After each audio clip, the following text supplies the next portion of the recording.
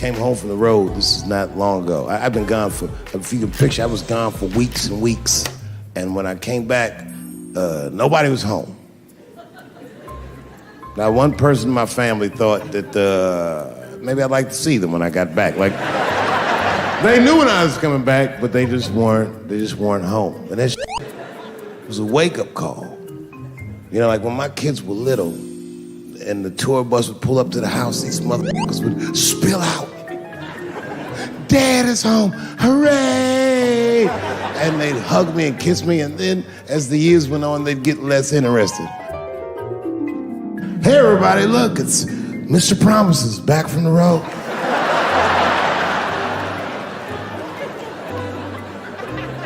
But an empty house, that's some cold shit. And I went into my oldest son's room. I was like, hello, hello. He was gone. And I'd never done this to him before, but for some reason I just did it. I just looked through his shit. Just to see who this motherfucker was becoming. And I found these notebooks and I started going through the notebooks and it was all this wonderful poetry in them. Open the door, close the door, I am so confused. Written in his handwriting. I didn't even know this wrote poems. And then I looked through his drawers and I opened up his drawer and I found this rolling paper. And I looked down at them papers like, oh, that's where that poetry's coming from.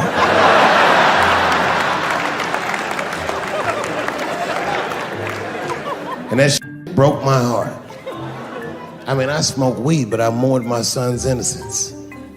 And I cried a little bit. And I took his papers upstairs to my room. Rolled some weed that I'd hid from the family. And I got really high. And then I got paranoid, so I put his papers back how I found them. So he wouldn't know what I was up to. Won't even know that happened till he sees his special. Yeah, I found your papers.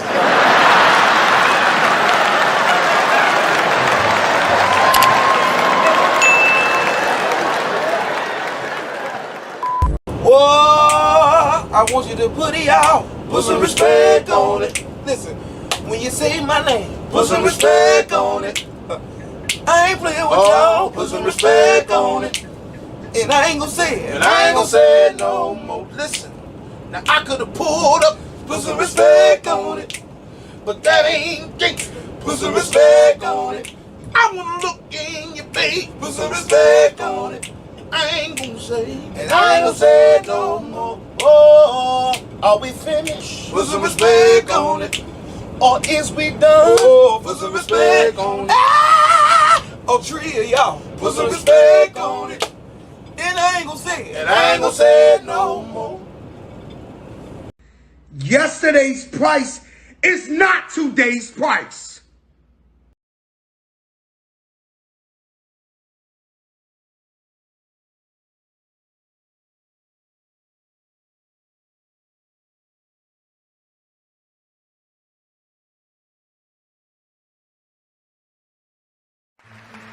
I'm just afraid of being attacked.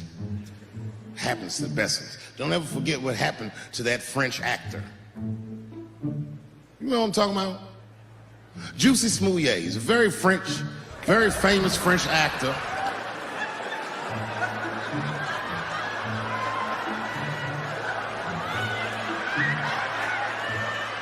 Y'all never heard of Juicy Smouillet?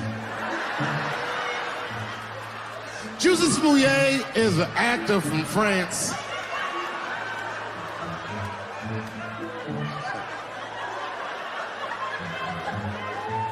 And he became famous on a show called Empire. One night, he was in Chicago late at night and was the victim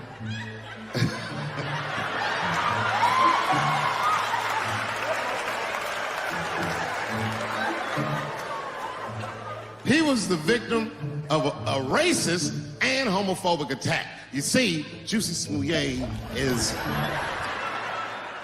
gay and he is black. not just French. Oh, it was a crazy story. Apparently, when he's walking down the street late at night, two white men came out of the shadows with MAGA hats on, beat him up, put some bleach on him, and ran off into the night. Bye, have a great time. International news. And everybody was furious, especially in Hollywood. It's all over everybody's Twitter feed and Instagram page. Justice for Juicy and all this shit.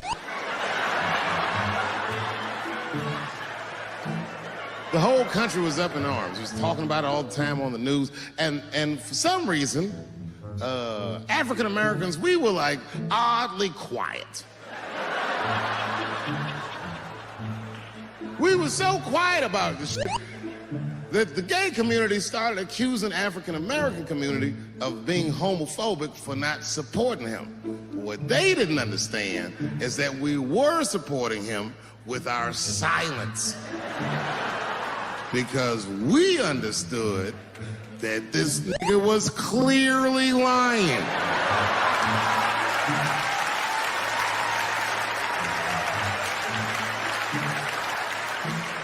None of these details added up at all.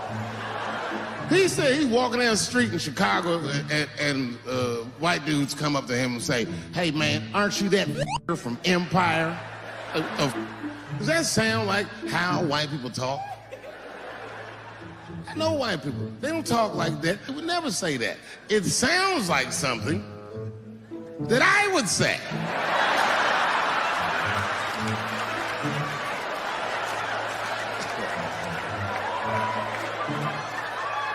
If you're racist and homophobic, you're not even gonna know who this nigga is. You can't watch Empire. Can you imagine if you was a police veteran taking this kid's police report? Okay, Mr. Smouillet, please tell me what happened. All right, 2 a.m. You left the house at 2 a.m. It's minus 16 degrees. All right. You were walking. All right. And where were you going? Subway. Sandwiches?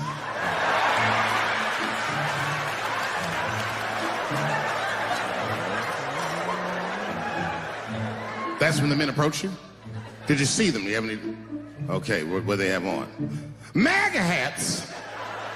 MAGA hats on in Chicago. Excuse me one second, Mr. Smouillet. Frank, come here for a second.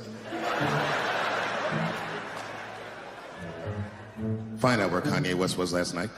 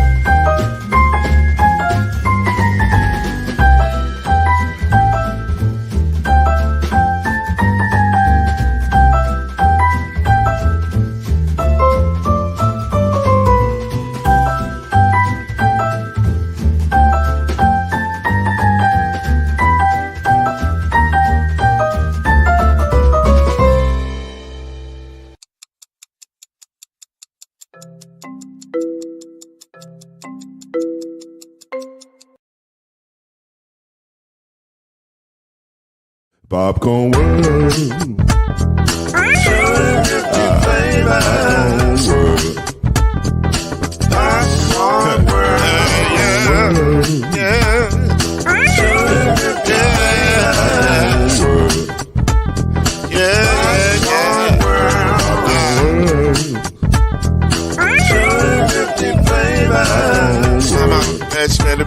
Popcorn World. Can I make you move now? Yes, I can. So you can get this move in the back of a can. You can make it round the world when the holes in your hand. Popcorn World. 250 flavors gonna make you smile. 250 flavors gonna make you smile. 250 flavors gonna make you smile. I said popcorn make you smile. Ah. Popcorn World. Popcorn World. Popcorn World. Popcorn World. The Popcorn World.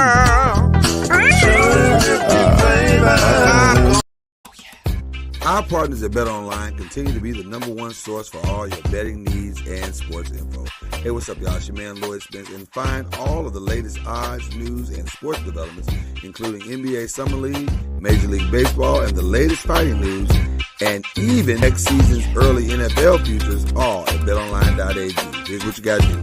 Head to the website and use your mobile device to sign up today to receive your 50% welcome bonus on your first deposit.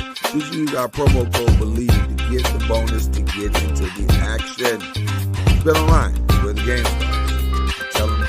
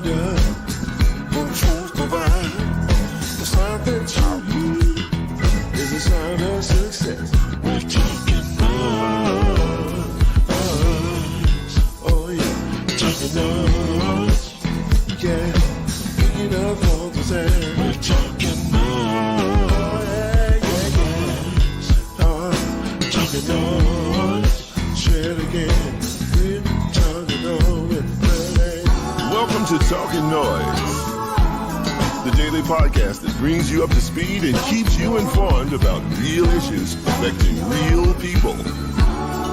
With your host, Mr. Talkin NOIZ himself, Lloyd Spence.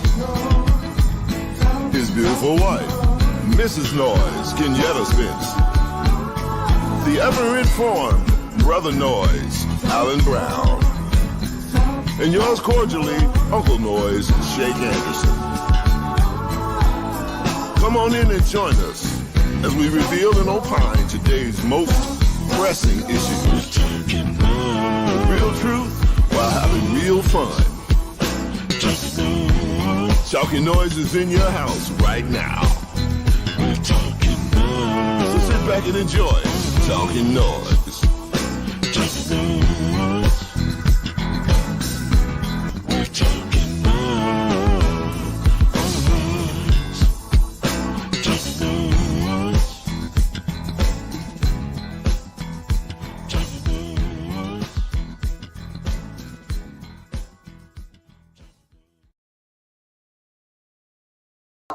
Two, one, ready, come on.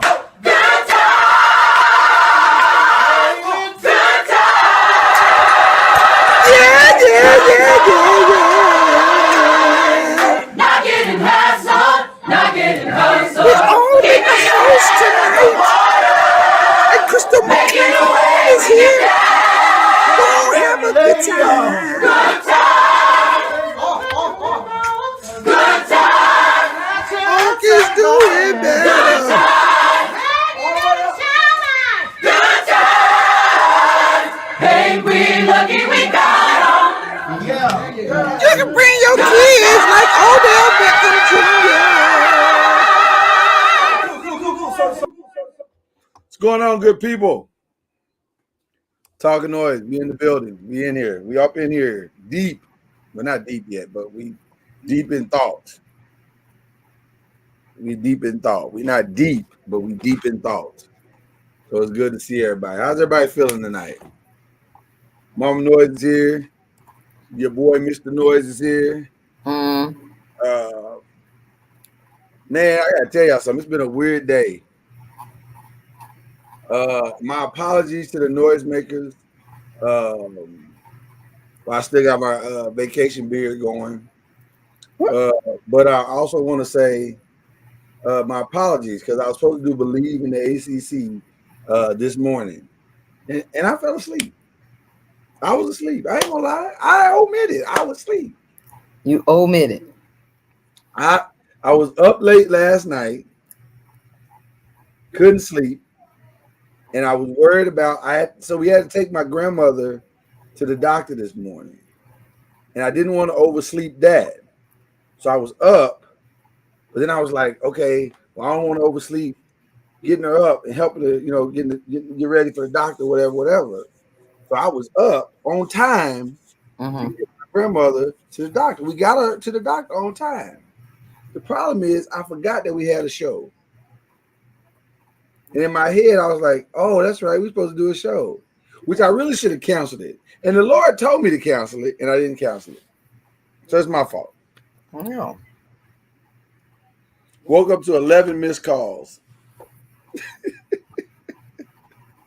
So it's all good. So we'll make up for that Believe in the ACC at some point. Maybe tomorrow. I don't know. We'll see. But we are here ready to go. We're Talkin Noise. Glad to see you guys tonight. That's Mama Noise over there looking elegant and regal and beautiful and whatnot. Mm-hmm. You look good, girl. Isn't she lovely? Thank you. Isn't she wonderful? Yes, she is. All right.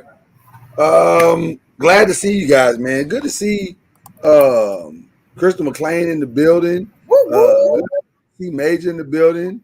And shout out to all y'all who are fighting that Coco 19, whoever you might be. Praying for y'all, man. I got some reports of some folks. Oh, Lord. Yeah, man. Some folks is fighting that Coco 19. That was COVID speeding past the. Yeah, we praying for y'all. Whoever's out there fighting that Coco 19, we praying for y'all. Also want to give a shout out to Unc. Unc is still in recovery. We haven't heard any real updates. The last update we heard that he was doing better, that he was resting. And so that is a good thing. And we are continually praying for him. I don't think we have any updates on John Gray either. So we want to keep praying for him. One person that's got that Coco 19 is Joe Biden. President Joe Biden got that Coco 19. I'm going to pray for Uncle Joe because he got that cocoa. Oh, my God. You in love with the cocoa? Nope. No, that doesn't fit. No. He kind of fits. He's not in love with the Coco 19. I know that. Well, he might not be in love with it, but I'm just saying he got it though. Okay. He got it. He got that one. He's been out here in these streets and fist bumping folk and all that. So maskless. Well, I mean, if you feel good, feel a froggy leap, don't wear your mask, but I'm gonna wear mine until I get the all green sign from the Lord. I'm probably gonna have mine on. Okay. I just don't want it, man. I'm just trying to. I'm out here like ducking and dodging it. You like Like pow, pow, pow, pow. okay. I'm trying, man. Trying to keep this sanitizer deal in place, so I can duck this Coco 19. I don't want it. You know what I'm saying? So I'm out here in these streets doing my thing. Listen, we got a good show for y'all tonight. But I do want to check on Mama Noise and check on the crew first. You know how we gotta do. Make sure everybody's good. Make sure everybody's good or whatever. So Mama Noise, how are you doing right now? I don't know. I think I slept wrong or something, but I feel like I got a catch in my neck or something. You got a what? A catch in my neck. A catch? That's that stuff my grandma used to say. Your grandma used to say catch? You got a catch in your neck. I have never heard catch. I heard crick. I've never heard of crick. Yeah, you got a crick in your neck. Or crook. Crook or crick? I don't know. All I know is when I ain't never heard catch. You threw me off with the catch. I turned to the right. Oh, yeah, man. Other than that, I'm fine. I feel you, dog.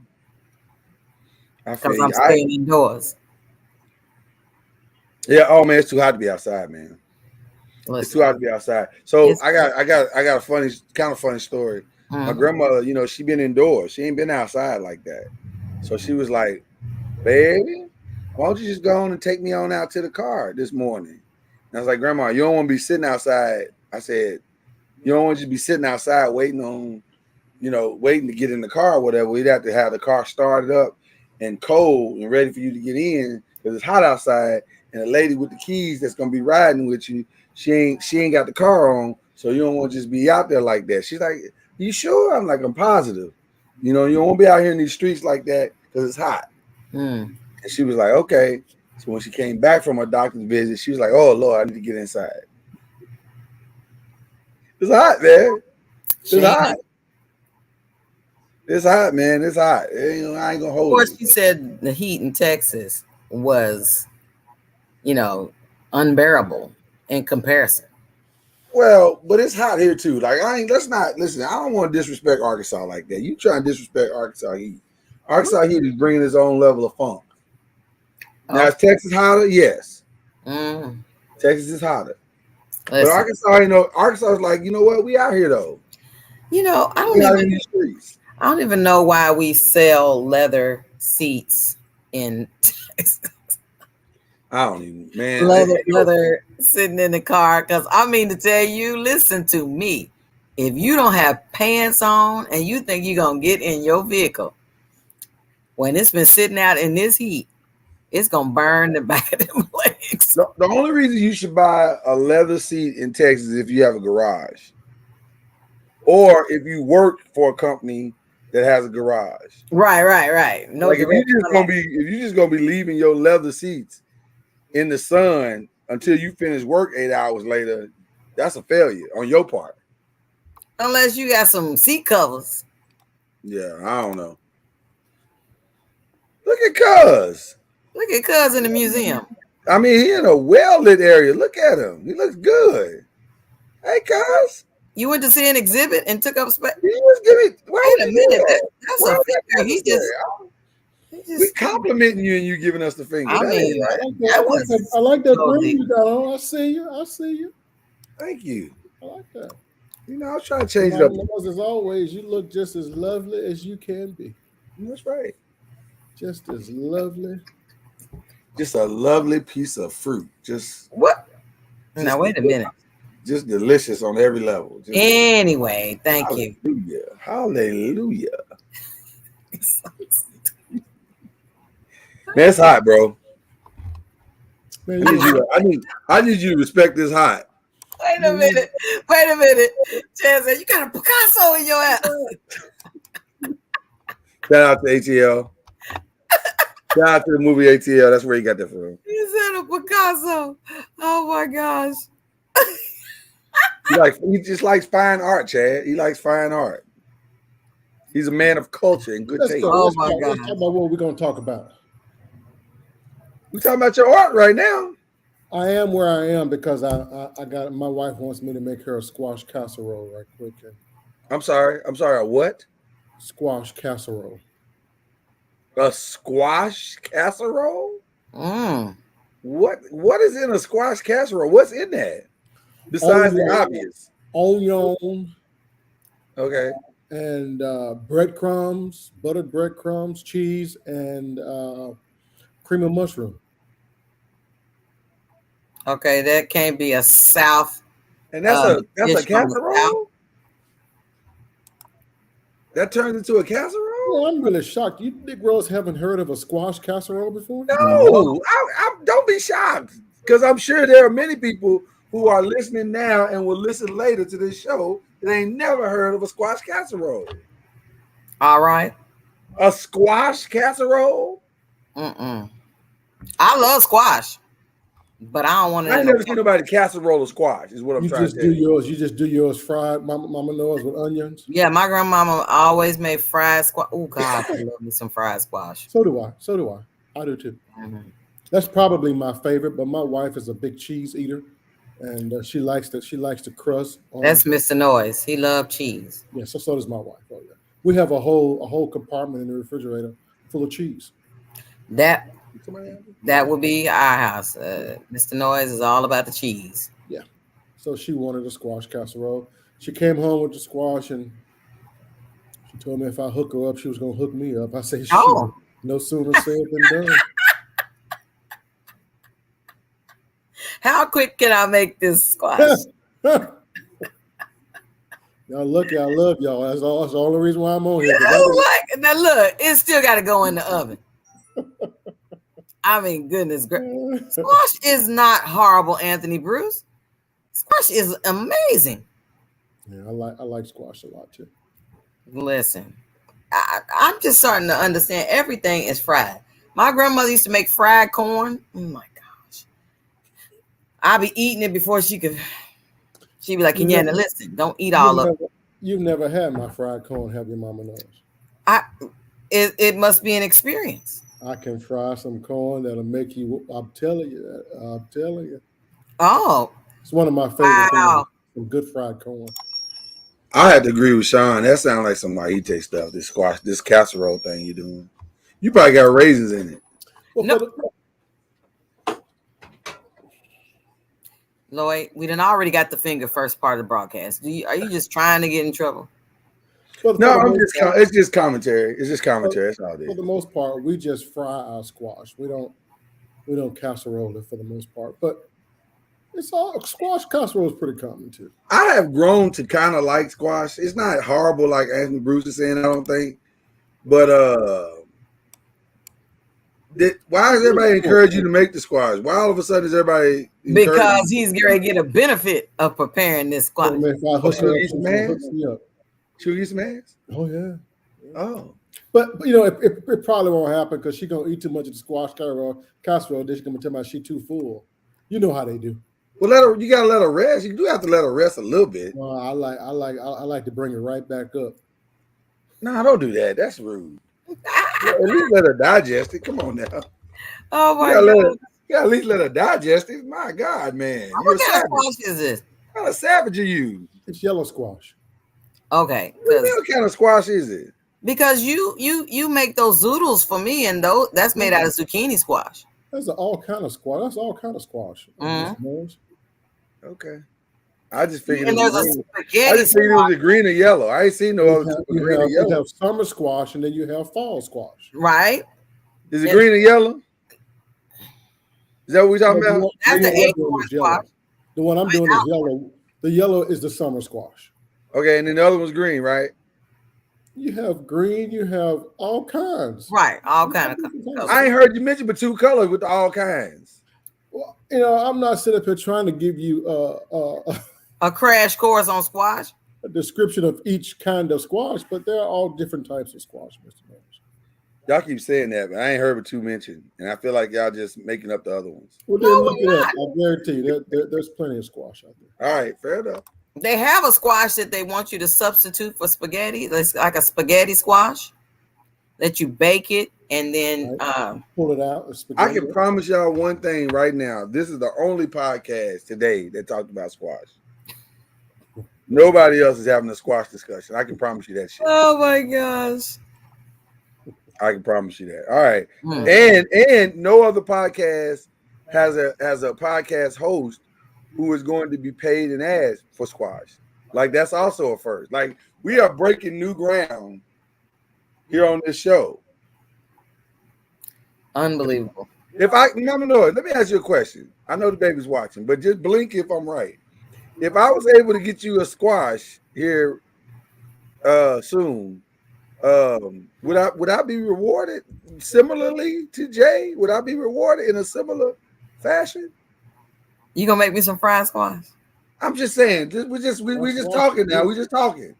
We're not negotiating. Maybe these are early negotiations, but just talk to me. You know, if guys have not figured out that women want to be fed sometimes instead of always being the one to cook, they want to be fed. You feed us, we'll reward you. As long as they don't eat too much. You all the time, so I want to hear that. What you talking? Because I'm always in the feeding place. I wasn't talking about you in particular. She said, "Okay, I'm clean it up. Then clean it up. Clean it up." My man. She said, "Men."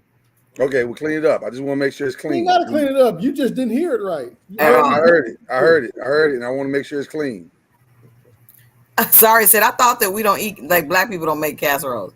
Well, we've talked about that, Zari. We'll make a casserole. We don't, but our casseroling is limited. Like we ain't just gonna throw everything into a casserole. That ain't what we're doing. We don't casserole everything. That's true. Right. We're not out here in these streets creating new casseroles like or unidentifiable casseroles. What's your favorite casserole, Mr. Noise? I like a good tuna. I like a good tuna casserole. If you can get it right. It's a tricky. Worst. That's the worst. No. I've had some really good ones. And really, it's more. I wouldn't even call it a casserole as much as I would say it's more of a casserole / tetrazzini type vibe. I don't want you to put a lot of ish in it. Just give me some basic stuff with some cheese on it, and I'm good. I've had some really good ones. And this is basically warmed canned tuna. No, you can cut up tuna too. There's other way, chicken casserole. Oh, you can use the real tuna. You can. Why can't you? But we don't. We use canned tuna, right? They use some people are lazy. Some people are lazy and they'll go get chicken in the sea. No warm tuna. Some people will go all out. Mr. Cook himself, Mr. Ron, what's your favorite casserole? Sweet potato Ron, casserole, y'all, by the way. Huh? Sweet potato casserole. Sweet potato? Damn right. What's made with that? Sweet potatoes. No, is that the one made with marshmallows? No, it's in the title. No, I don't like it with marshmallows. I'm saying it's in the title. You asked me what it is. You don't have to use marshmallows, Mama. No, you throw a pecan crust on top. You could. I love me some pecans. See, you do a lot of stuff. That's good eating. That's good eating. You can make a whole meal out of it. And if so you do casserole is what's made in a casserole dish. Huh? It's a casserole because it's made into the casserole dish. One dish, yeah. One dish, yeah. Okay. So well, I like chicken tetrazzini. I don't know about that tuna stuff. I love chicken tetrazzini too. That's basically a casserole too. Yeah. Technically, anything you do in one pot, you basically call it a casserole. Yeah, but don't throw everything in there though. Don't be just throwing. Clean out the refrigerator. It's clean out the refrigerator on a Saturday. No, Ron, don't everything don't go in there. I don't want to inspire nobody to do no raggedy shit. That's what I'm trying not to do. You know why he tastes like their green bean casserole. Right? See, that's too far. Nope. Nobody tell them to do that. Nobody asked for that. See. What you need is a cup of mushroom. No, stop! Don't do that. Oh my gosh, that's not delicious. That's not great. That's not a good idea. I don't remember my grandma making no casseroles. I like a taco casserole. You say condom? casseroles. I don't. And we have our first drop of the night. Wait a minute. Wait for it. Wait for it. Wait for it. Damn. No. Actually, that wasn't really a damn. That was a level one. The hell? What did you say? Taco. I don't know how you got condom out of taco. I don't know how I got that one either. I don't know how you got condom out of taco. Taco casserole. I was nowhere near it. Not even in the general area. No, it wasn't. I'm sorry. My God, man. He tried. He definitely tried it. He tried it for sure. But yeah, no, I like a good. I've had a good taco casserole. Those are nice. Yeah. Oh, okay. Just got a message from Pumpkin Noise. She said, "The little cousin Vince. This is his 17th birthday. Happy birthday, Vince. Happy birthday. Happy birthday. 17. That's awesome. Yeah, 17. You should take him to the strip club tonight. Nope, we're not doing that. Yeah. Especially in Detroit. Nope, we're not doing that. We're not doing that. We're not taking that boy to the strip club. He got plenty to choose from. Nope. Not in Detroit. Oh, yeah, you do. Not no quality ones, though. Look, you didn't say quality. You didn't say quality. You just said there's something to choose from. Yeah, I'm talking about quality. I'm talking about where he can. Yeah, if you go take him somewhere nice. Don't just in like 7th Street. You don't want to take him somewhere where they got stab wounds. 7 Mile. Y'all got a 7 Mile? It's about you don't want to take him somewhere where they got stab wounds and bullet wounds and. In Louisville, they got a 7th Street. That's 7th Street. That's, oh, okay. 7th Street is the bullet wounds place. 7th Street is everything shady. All quantity, bro. All things shady. Well, I mean, Detroit might have a lot of strip clubs, but beside every strip club in Detroit, there's a church. And down the street from Mr. Liquor Store. They got a church on every damn corner. Plus, I feel like the girls, with all due respect, and I mean all due respect, I just feel like they're not quality strippers. Like they're not athletes like some. Oh my God! Like some strip clubs there. Like the girls that slide in. Those girls that slide in are athletes. You know what you're saying is disrespectful and racist, and you know it is. No, that's why you preface it. I don't mean no disrespect. Yeah, you do. I don't think that's what I meant. I'm trying to just put the distinction in and say that some of them girls are questionable. So a lot of your doctors and nurses are coming out of there. What? I would imagine so, Ron, because they're definitely not great strippers. This is definitely just to pay tuition. But think about that. Look how smart they are. They doing that and they still getting high class jobs at the break. Well, that's a lie from the pit of hell that women. He is really convinced that women are out there paying for college. Why would you say that? You don't know that, cuz you don't know if they lying. That's a lie. Just because he was at just because the Players Club movie said that does not mean that that's actual factual. That ain't facts. You'd be surprised how much money they make. They out there paying them bills and buying them old drugs and things. You know what? That's stereotypical. That's pretty, yeah. What the hell? That was a bridge too far, sir. These women are trying to better themselves.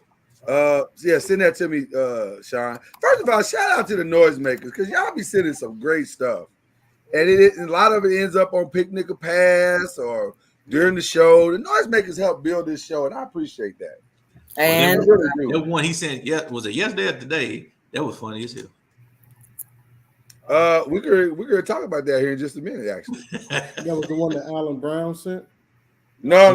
That's the one Sean sent. That was one. Sean didn't. We're gonna talk about here in a minute. Oh, you didn't get that one? No, Sean never sends me anything. I thought you was talking about the deep one that Cuz sent. I don't know. I don't know what I did with Sean, but he's never sent me shit. Wow. Why do you have to escalate it though? Why it feels like you escalated? I want to see too. Shit, hell. Yeah, you always want to see. You didn't have to escalate though. It feels like you escalated it. Like you went from here to here, like in just a matter of seconds. By the way, I've binge watched something over the last few days because I had some time. And I use it as my detox at the end of the day. Y'all remember the show New York Undercover? Y'all remember that show? Yeah. So did y'all know that there were 4 seasons of that? I did not know there were 4 seasons. I knew there were 3 seasons. I knew the boy died. And spoiler alert for those who ain't seen it. I knew the boy died at the end of the 3rd season. The little light-skinned Mexican boy or Puerto Rican boy. What little Mexican Puerto Rican boy? And Puerto you Rican need boy. The Michael De La Renza's character, the Puerto Rican boy. It was the black boy and then the Puerto Rican boy. They not boys. They're my men. Well, whatever. They You killed him. made me think it was one of the children or something. No, they killed him. They killed the man off. So what I didn't know I is that didn't know that. Oh, my bad. Well, listen.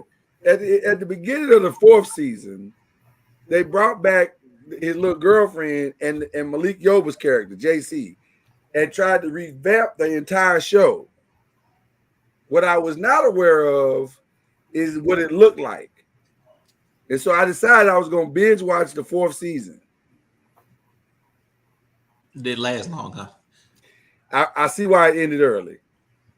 It wasn't bad, but it wasn't New York Undercover. You know, New York Undercover had flair, And it had like a little swag to it, and it was a really nice little, you know, it was a for us by us type show.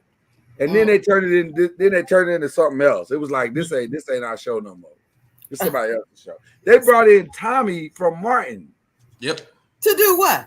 To oversee the group. So they got rid of the little white one. Remember the little white girl? Yeah. Who was running their whole thing? Yeah. They got rid of her as lieutenant and then brought in Tommy as lieutenant. He actually found out It what was job. very different. It was very different. Well, you finally found out what job Tommy had. There you go, Eddie Torres. Thank you, Dion. I agree with Tony Bruce. Apparently, it was time wasted. Well, it gave me time to think about my life and you on vacation, chill. what I want to do, different things I want to do myself. You know, plan some meetings.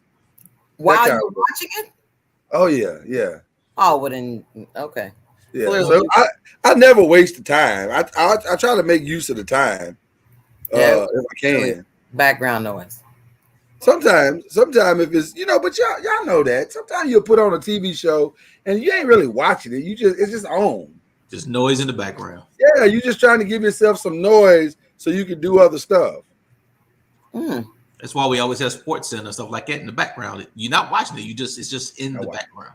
Because you can't watch Sports Center like that. Like it's the same thing 15 times in a row. So by the second time, you're like, I done seen this already. So that's just noise. It's just it's like having a fan at night. It's the noise. Yeah. Why no? I can watch the news on a reel all day long. Yeah, I can too. And it's not noise. You really watching it? I watch it all day long. But then when I see it's on the rotation, of course, I start watching it after I done seen it the one time, and then it's just background noise. But I'm always waiting for that breaking news. You know, something gonna break. Well, CNN be breaking news every 15 minutes. Even though it ain't breaking like it used to be. It ain't even breaking news. They be like, breaking news, black man crosses the street. We're now back to you. Like, what the hell? I agree with that. Yeah. But I want to give a shout out real quick. Shout out to our brand new Zeta Phi Beta Soror, well, Kieta Soror, my sister in the blue and white family, Don Lewis. Now you're saying, who is Don Lewis? Don Lewis was Jaleesa in a different world. And I don't know what character name she had when she was on Hanging with Mr. Cooper, but I think she was on that show too. I think she was on that show. I don't remember all the shows she was on. Yeah. But she was, I think her biggest role was playing Jaleesa on Different World. Do you remember Jaleesa? Okay, all right. So there you go. She is now a member of Zeta Phi Beta. You didn't have to snap. That was unnecessary. It was appropriate. It wasn't though. Are we expecting a storm? No, there's a storm. There is a storm on here. I mean, we're gonna have to check Alexa because we asked her earlier. We did ask. And then these trees are like, we was like, Alexa, what percentage of it is rain today? She's like 0. It was like, cool. And now Full on storm outside right now. You I'm know, just asking. you 100% know. Alexa said, "Nigga, please." When you asked, "Was it gonna rain?" No, she didn't. No, we don't have. No, you talking about Alizé? We don't have Oh, okay, Alizé. okay. I just had We got Alizé. Alexa. Alice. I mean, you Now, are in we got- Arkansas. Shout out to Big Job, by the way, for introducing everybody to Alizé. But Oh my no, gosh. if it had been Alizé, then she probably would have said, "Nigga, please quit You've been fronting." like, quit playing. You know how hot it is outside. It's hell Why hot. you asking me the weather? Yeah. Oh, that's right. She was in. I'm gonna get you, sucker. She had the cramps. Oh man. Y'all remember she played the girlfriend? Yeah, I remember that. Mm-hmm. Cause you don't remember nothing. Nope. Is it because you old or you just ain't seen nothing? Well, I'm just a very focused person, and I don't care about that shit. Is that what it is? You're focused? Yeah, I mean, So focused you're making squash casserole today? that's The focus. focus ain't on the focus is not on the you focused casserole. on that ass. The focus focus is on the is not reward. on the squash. It's on the reward. Damn the squash. Right. It ain't got nothing to do with the squash. It just focused on it. At my age, when you get promised ass, you do whatever you have to do to get it. That is actually a true statement. Like I said, she could have told you make any damn thing. You'd say yeah, because her ass is very Peanut butter and jelly, It don't matter. spotted meat. Is that all it takes? Well, You were like, okay. Congratulations on that, by the way. I'm quite an accomplishment. But get your payment first before you make the squash. Though. No, because he'd be sleepy. He won't even wake up. He'd be knocked out. That won't work. Yeah. He'd be walked out. Cause they got that kind of energy no more. Man, you got pay. You got to pay first. Shit, I ain't taking no chance. Your ass fall asleep. Payment up front. Yeah, I remember the days when I was younger, and I'm sure you guys can remember this too. When we would be around our cousins and our family members and friends, and we'd be in and out of the house just a ripping and a running and a jumping. And oftentimes I would wonder why the parents would just be sitting in the house watching TV or laughing or cooking but there was no energy to them. You know what I mean? They just just sat around. Yeah. Well, now I'm that parent. I have no desire to do all those activity things. I'm content right here. Well, I'll tell you why we don't have the energy right now, because it's too damn hot. That's true. Well, it's too hot to be doing a bunch of unnecessary anything. That's true. Yeah. And your parents didn't have air back in the day, so they was definitely hot. oh my gosh. Fan in the window. Y'all remember them air conditioners in the windows? Who don't? Hell, still got I'm saying, do y'all remember how dangerous that was? Like, who thought that was a good idea? You talking about the fan in the window? No, the air conditioning in the window. Oh, yeah. Dangerous?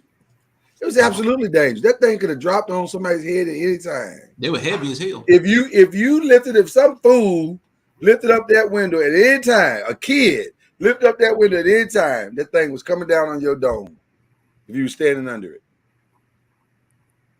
And we used to stand under it all the time. Why would you stand under it? I'm not trying to figure out what you're talking about. For kicks and giggles. You do know what I'm talking about. Y'all ain't have air conditioning in Mississippi?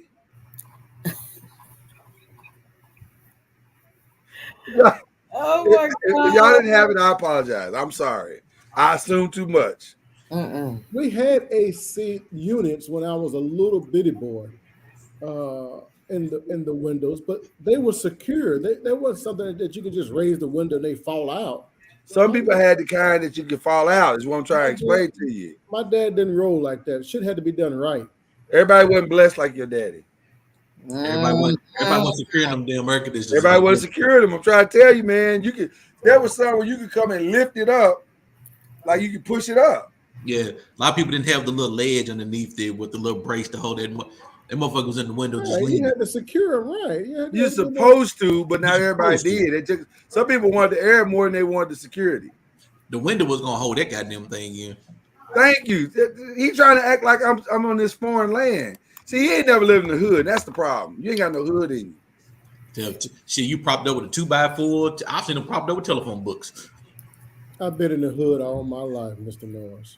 Really? All your life? Right now you in the hood? Right now in this minute? I was down there this morning. Just because Doing you what? went to Fiesta I for the was store, down don't there count as the this hood. morning. I got me some Church's chicken, a I two-piece. knew it. I said he gone through there to pick up something, but he ain't staying. I was Why you down there drive to the hood to go get some churches? because ain't no hood up here. There's nowhere else to get Church's I chicken. thought there was a churches over there off Preston. Mm-mm. Not where I live. There's not churches in Frisco off Preston. Quit playing. It used to be. Why would Or they? was that Independence? No, it's Independence. It's Independence. I apologize. There's a churches off Independence in Frisco.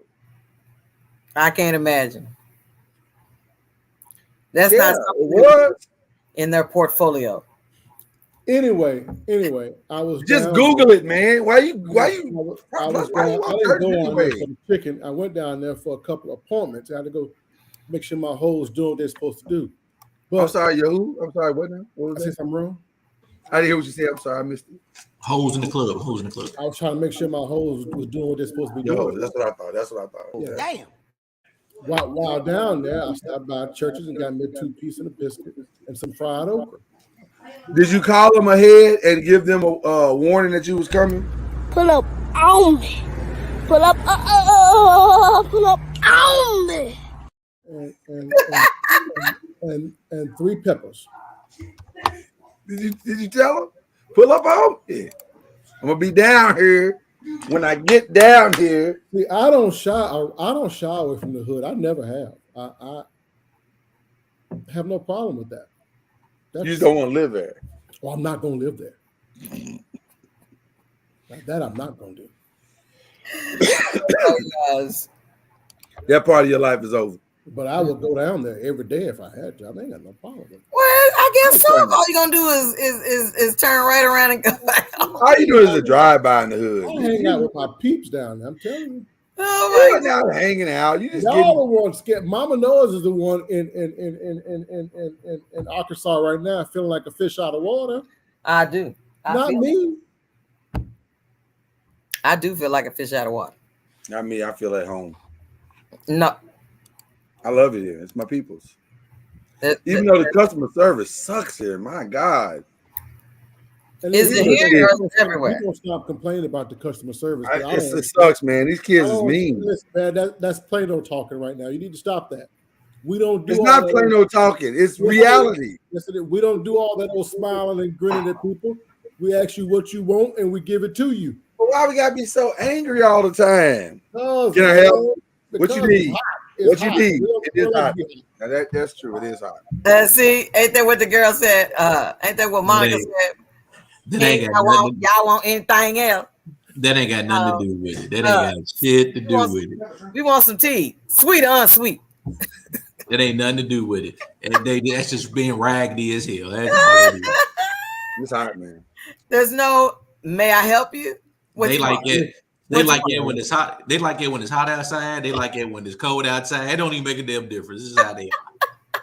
Gonna say it's cause it's hot outside. May I have some napkins? Where I actually went earlier was I went down to the VA to get my third booster. Oh my gosh! I was going to get another booster because the president got his. Hey, COVID. I figured I better go get my booster again. Listen, folks are getting this Cocoa 19 again, like it's brand new. Right. So when Like, I went yo. down there, I went down the same place. I've gotten all my shots through the VA. And I went down there and there was no line. I just walked right in and stood there. And there was this black girl sitting there by the computer. And I know I'm dark, but you ought to be able to see me. Oh my gosh! I know I'm dark, but damn, can't you see me standing here? So I stood there for a little while. I'm trying to figure out how long this heifer gonna let me stand here without saying anything to me. How long did you make it? Well, I'm telling you, she was pushing it. She was determined not to acknowledge my black ass. So finally I said, should I be standing here or not? Well, she said, oh, she's gonna help you in just a moment over there. Why couldn't you tell me that? Why you just got me standing here looking like an idiot? I mean, that's me normally, idiot, but ain't no bad customer service, you saying? I don't mind it though. Mr. Noah, that's a part of our culture. We ain't all alone. No, we ain't got to be bad customer service. Don't put that on black people Well, like we do all of those skinning and grinning. Listen, I don't need Chick-fil-A service all the time, but at least give me cordial. At least give me engaging. You know what I'm saying? You ain't got to be mean-spirited. Which I won't. You had to go these kids here need a 12-step program. You had to go back to Arkansas to realize that that's the case, that's how we roll. No, it's different here. They mean. They're allowing the circumstances of their surroundings to affect the customer service. I understand y'all ain't got nothing here. I get it. But don't affect that. Don't let that affect the Subway sandwich I'm about to buy. You know what I'm saying? By the way, Mr. Anthony Bruce, was it Anthony Bruce that sent me that? That is Anthony Bruce. There you go. I got that video on repeat. Just to let you know, it just keeps going over and over and over. What video are you talking about? Mr. Bruce sent me a video. Oh, okay. Well, I'm nervous now. Yeah, tell him to share it because he ain't sent it to everybody. Shit. I mean, listen. I'm nervous now. I'm nervous. I am nervous. It wasn't Mr. Bruce. Sean? It was Sean. It was Sean. I'm sorry. Probably Sean. Okay. All right. I'm sorry. All right. Sean, I got that thing on repeat. Just to let you know. I'm nervous. You got me nervous. Mm. All right. All right. Well, we're gonna get the show popping. We got some stuff to talk about. Appreciate y'all for tuning in today. Listen, we're gonna be talking about a good black man versus a good black woman, and I think if you're gonna have a conversation like this, you got to start with the GOAT of black women, right? Currently, the GOAT of black women, Michelle Obama. To marry somebody who is your equal, and to marry somebody and to be with somebody who wants you to win as much as you want them to win. I was talking to a good friend of mine earlier today about thinking about marriage like we think about sports and like you picking your team, right? I mean, my husband is my teammate, and if we are going to win this game together, he has to be strong and he has to be okay with me being strong. I do not want a weak player on my team, nor does he. But sometimes we accept weak in one another because it feels easy, you know, and be cautious of the man or woman who wants just the easy person, the person who's not going to force them to grow, the person who's not going to expect them to change, who's not going to hold them accountable. Because if you want to be on a winning team, just like you pick somebody, you wouldn't pick somebody off the bench who's just going to show up weak. You want to pick somebody who is going to carry you through, and those are the things that get you over the hard times. But Michelle, you said something interesting. You said marry someone who's your equal. You know, we're at a stage now where many women earn men, and I think that's very difficult for some men. And I've gotten to the place where I don't want to be a nurse or a purse. So when you say marry somebody who's I like that, Gail. a nurse or a purse, I like that. so when you say, and I would like him to have his own teeth too. So when you say you're equal, what do you mean by that? You know, and equality is not just measured in terms of the wallet. I'm not just talking about, oh, you gotta be this person or that person. Equality in terms of the values that they carry. You know, it's like honesty, you know? I mean, look, honesty for me is the beginning, the middle, and the end. I just wouldn't want to be bothered with somebody that I couldn't trust on a day-to-day basis.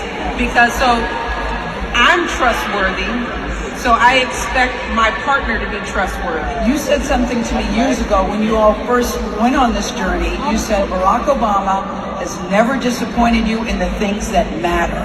Absolutely. I've never, ever forgotten that because I think that's such a good barometer. And those are the things you fall back on. Yes, it's the basic core of who the person is. So it's not just about how much money they make or what their title is. We get lost in that kind of stuff. And we sometimes wind up with the wrong people because somebody could have the right title and the right salary and the wrong heart, the wrong soul, the wrong core.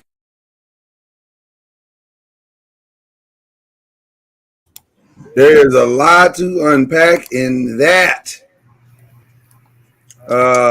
Shout out to Michelle Obama, our forever first lady, as they say. You gotta put that D in front of it, bro. You gotta put that respect on it. Yeah, what you say? You gotta put the respect on her. That's the D. That's the Michelle Obama. Yeah, I gotta give her all the respect that she is due. Cause she did that, boy. She did that. And it's very different than other videos that I've seen where well, I don't know. I'll let you hear the video for yourself.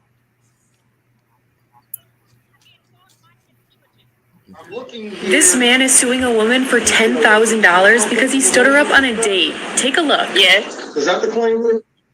Yes, it is. That's not something that's really justiciable in district court. I'm sorry, I can't hear you. Her dispute is with her would-to-be date at first, but it's not long before she and the judge go head-to-head. In district court, that has to be brought in circuit court. To be honest with you, sir, I thought this was just going to be thrown out. We had a date, one date, and nothing else after that. And now I'm being sued for $10,000. I don't see how this is going to go any further. I think it's a waste of your time. Letter, he lied. And then that's what brought forth the perjury. It was never perjury in the beginning. It was perjury after his response. Well, you can't say, listen, he has the right to put whatever is in the answer. I'm not saying he can't, but you can't add another count because you don't like or you disagree with what is in his answer. If he responds and his response is a lie, it's perjury, then my documents will prove that he lied and his response. No. It's his version. First of all, do you understand what perjury is? No. Yes, I understand perjury is a lie. I know what perjury means. Perjury is a statement, a false statement made under oath. So exactly, and I got documents that prove he was lying. You don't understand. It's a false statement made under oath. Under oath. That stated a when he testified to something that he lied about. It's a false statement made under oath. Bottom line is, you said it's a criminal offense, so I will send it to circuit court. Are we done here? No, you don't understand, ma'am. You don't understand. Are we done here? Are we done here? Perjury is what perjury means. I know exactly what perjury means. I know what perjury means. Are we done no, here? You don't. Is it a criminal offense or not? What statement? I don't see anything in the complaint that says he made some false statement under oath. Because you don't know what happened. You're on the outside looking in. You don't know anything. But you're the plaintiff. Wait a minute. You are the plaintiff. Are we done here? You have to lay out your allegations properly. Are we done here? No, we're not. Exactly what perjury means. To be fair to the statement, apparently the Daily Mail, that was done by the Daily Mail, by the way. They said she has filed several false claims like this, similar to this. And so it was this one was not a surprise to anyone that she would file this. But it is interesting because I agree with Michelle Obama that we need to find someone of our equal. I think we need to find someone that is going to help elevate us. I believe that we need to find someone that's going to push us to our greatest selves. This dude went on one date and did not find that.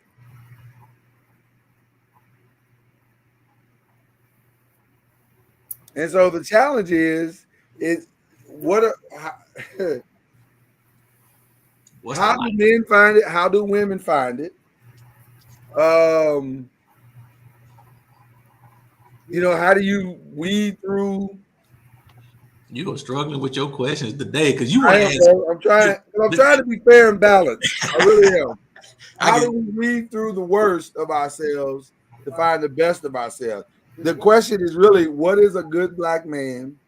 What is a good black woman? How do you find that? How do you find that stuff? Gail said she don't want to be nobody's purse or nurse. So you got to marry her at the same level that she is in order not to be a purse. It's what it sounds like to me, or at least not lean and depend on her for her money. Have some money when you show up. And I'm not sure that's a bad thing. That's not necessarily a bad thing. No. The nurse thing was a little like, wow, okay, I'm not sure what you mean by that. Like, I don't want to take care of nobody. You with him long enough, you're gonna take care of him. I'm gonna say, but aren't you at some point gonna be taking care of somebody like that? Or is she referring to that, like we said the other night? Now you want to hook up and want somebody to take care of your old self after you done lived up all your vibrant years, and now you all broke down and everything, and now you just want somebody to take care of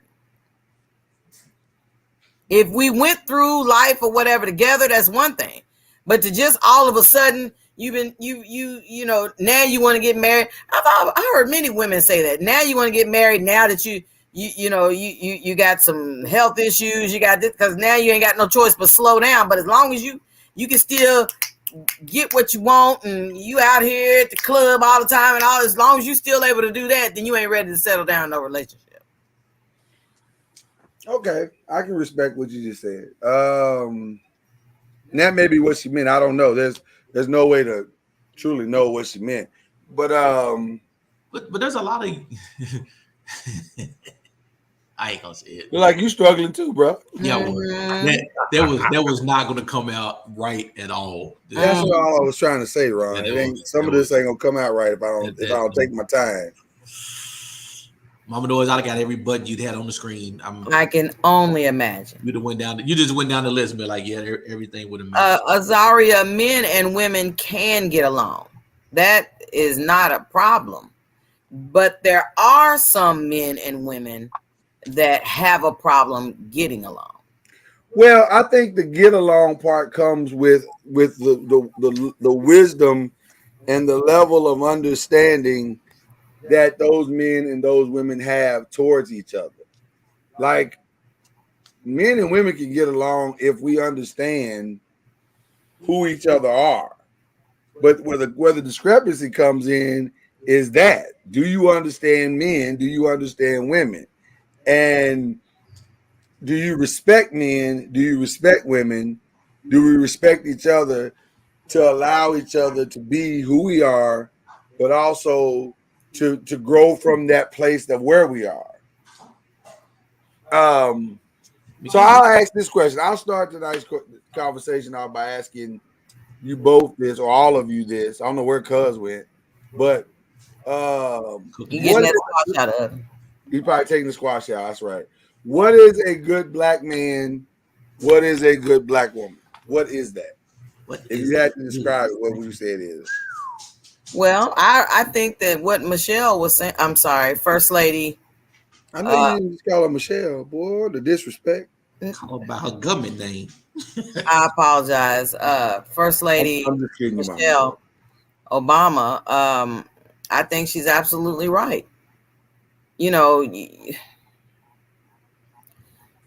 That's why I am such a strong advocate for friendship, instead of just saying, you like somebody, you like me, I like you, let's start a relationship. Wait a minute. You just say have sex. I heard it on your lips. No, that was not what I was gonna say. You were gonna say that's what you were gonna say. I'm saying that's why it's so important for you to be friends. You learn a person and determine if that man determines if this woman is one that's, if she's got an agenda, or, is this somebody that's going to go the long haul? Is this somebody that's looking for a committed relationship? Or this person is not looking for a committed relationship? This person is just trying to get broke off. Is this person, so it all depends on you find out all that sifting, if you will, in the dating process. I mean, in the friendship process, before you start trying to date somebody for something more serious. It's just so you really didn't answer the question. Yeah, can you be a good man and still want to be broken off on occasion? Yeah, you didn't answer the question. What does a good black man look like to you? What does a good black woman look like to you? You dodged it. It was good stuff you said, but you didn't answer the question. I did answer the question. I was I'm pretty sure I answered the question. Yes, I didn't say what a black man, I just said that's the question. A good black man is an honest man. Okay. A man that has integrity and character. Okay. A man that it cares about women, so he loves women. He ain't got no bitterness towards women. I'm saying that because I've always been taught if you want to know how a black man treats his mama, if he treats his mama a certain kind of way, that's the way he's gonna treat you. So if he disrespect his mama and be calling her all out of her name and all that, you better keep stepping because that's the exact same thing he's gonna do to you. Okay. So how does he treat his mama? So I mean, there's so many facets of a good black man. Before I let that statement go, because that was actually a pretty good statement. Because now you're answering the question. Is that still true today? That how a black man treats his mama is a reflection of how he'll probably treat you when there are so many damaged mothers already? Yes, it's still true to this day.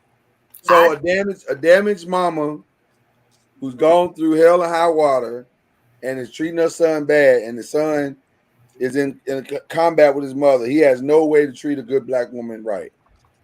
Is that what we're saying? You always have a way to do it because everybody can grow. But odds are if he treats, and you can even expand it, look at how he treats all the women in his life. Yeah. From mom to grandma to aunties, sisters. How he treats them is pretty much how he's going to treat the woman that he's with. Okay. Noisemakers, I love to hear. Atara says she doesn't believe that, but all the noisemakers, do y'all believe that the way a man treats his mama is a reflection? The one thing you should have love for, and I'm not saying every mom's perfect. No, I mean by no means nobody's perfect. Damn it, everybody's got problems. Right. It's still say everybody's broke. But the one person that you should have a ton of respect for, somebody that you want to learn from, is the person that gave your black ass life.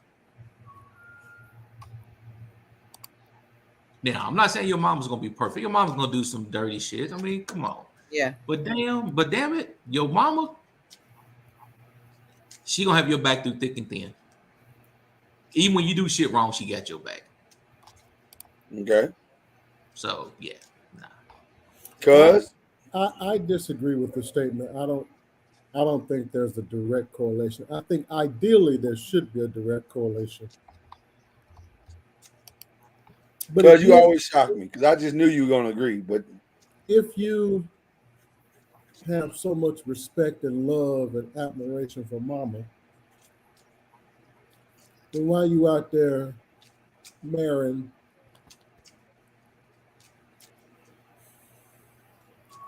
a white woman? because the respect had nothing to do with her color. Damn. No, the respect is how do I respect a woman? A part the hell. The reason why we respect moms so much is because we see their struggle. Right. Giving birth to us is an important part. But we respect mom because damn it, she stayed and took care of me despite what she was going through. And if you treat that woman like shit for everything that she's done, all her struggles, all her trials, all her tribulations that she had to go through, what in your right mind would make any woman think that he's going to treat me right? He probably won't.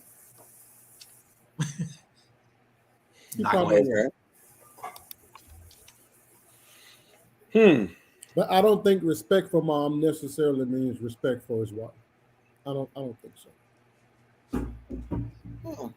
Interesting. The thing is, that's where it starts. Starts in home.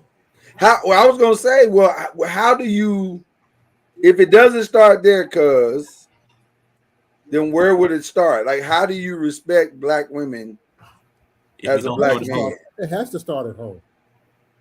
So you said it should, but it doesn't always. It doesn't always.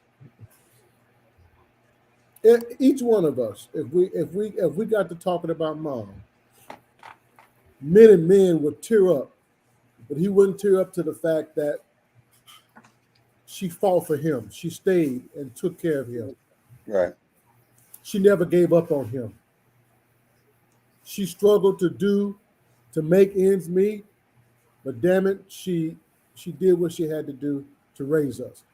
Any man, I guarantee you, if you got him alone and talk to him long enough, he'll tear up off of that part of the conversation. Yeah, but when you saw that, you saw and you learned a respect for that lady. You for that for your mama. For your mama. But you also correlate that to the lady because you respect somebody who has that ethic, that ideal that's going to bring it to the family that you're trying to raise with her. So you're going to respect her if she has those same qualities. So where does the whole phase come in at? For who? For men. Because if we have all this respect for our mamas, why we out here slaying women left and right? Damn. That's the male part. M-A-L-E, male. Because you still got to bust a nut, bro, at some point. Well, you don't need a woman for that. That's the male part, though. But I'm saying, okay, so are we saying that the male part of us is in direct conflict with the man part, and our ability to sort that out? Absolutely. It's your immaturity too, man. You're still thinking. I mean, I respect my mama, but I was still out testing the waters. I was still out seeing and trying to learn and all that. That doesn't mean I disrespect it. Can I have an honest moment with my brothers just for a second? Mama Noise, you just sit there and take this in as a woman. Not one time when I was out there in the streets did I ever consider my mother in any of those encounters. Never. I never considered her value. I never considered that I was disrespecting her by disrespect, but not disrespecting the women. Because I was more of a serial monogamist than I was a disrespecter of women. Though I think I may have disrespected a few, if I'm being honest. They probably would see it differently than the way I see it. A few, not a lot, but a couple. I would say a couple. But overall, I tried to make sure that I treated everyone with respect and in a measure of honor. But I never did it. I never consciously did it because of my mother. But again, it's your upbringing too. Right, not because of my mom. Yeah, but it was the upbringing. You knew that in the back of your mind. You knew that in your soul what respect was. Right.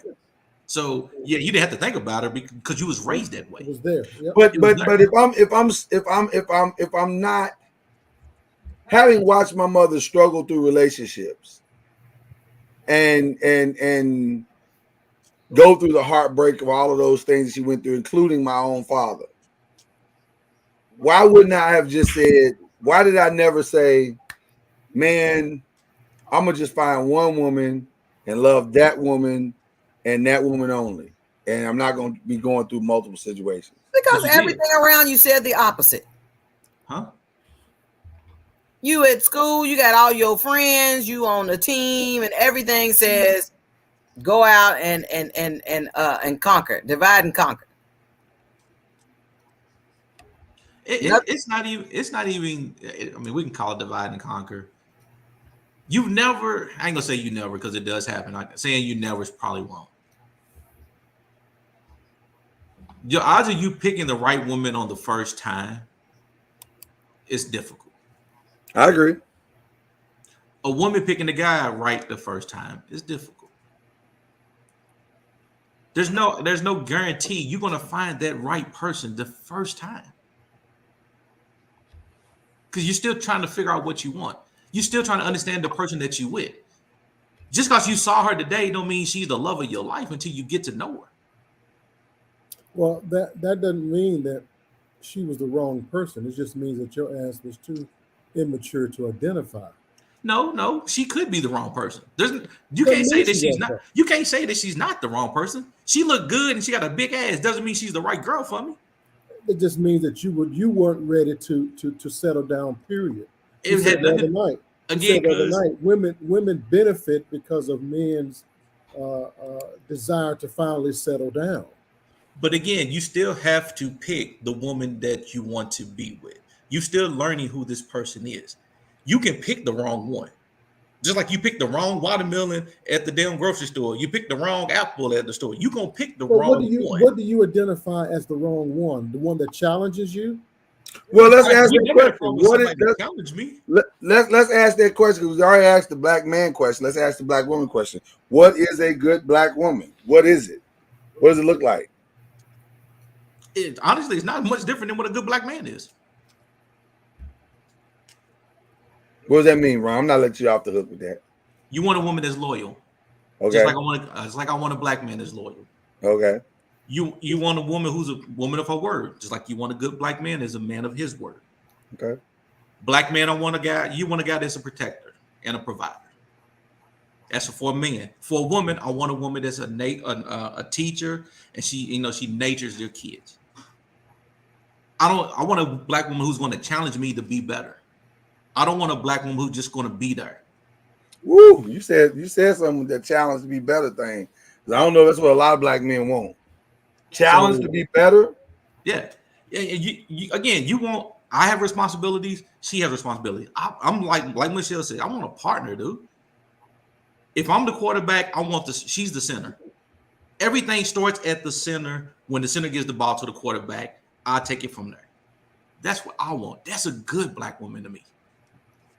So somebody that lets you stick your hand up her ass is a good black woman. That is not what he said. That's you can stick it up, rub it around. Not what he said at all. You know, I'm an ass guy, cuz that's what is happening. What is geez. y'all know I love a good ass. So oh my goodness, it escalated and went to a place that we weren't prepared for. Look what you did to Mama Noise. Look what you did to Mama Noise.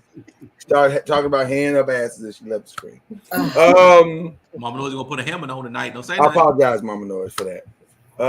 But not a lot because you've been on the show for almost 2 years now. You know what it is.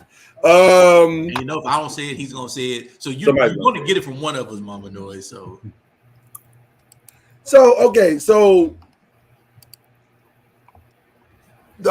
I agree with everything you said, Ron. I think the thing that I would push back a little bit on for most black men, because I wonder if that's really true or not. It's true for us, but I don't know if it's true for all black men. Is a black woman that challenges you part? Because I don't know if black men truly want to be pushed into their greatness or pushed into their maturity by black women. I could agree with black that.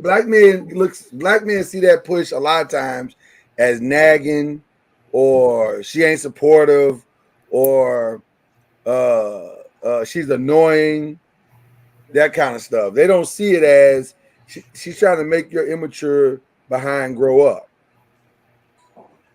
I'll tell you this: my wife pushed me out of my comfort zone. She pushed me out. She forced me out.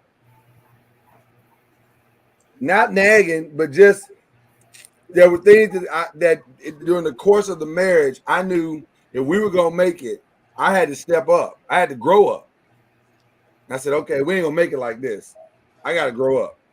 And I gotta pull her along. I gotta grab her and say, I'm gonna set the standard, and this is what it's gonna be. But there's a difference between challenging a person and nagging a person. But do black men know the difference, though? That's the question, Ron. Do they know the difference? But also the black women know the difference between challenging and nagging. That's true.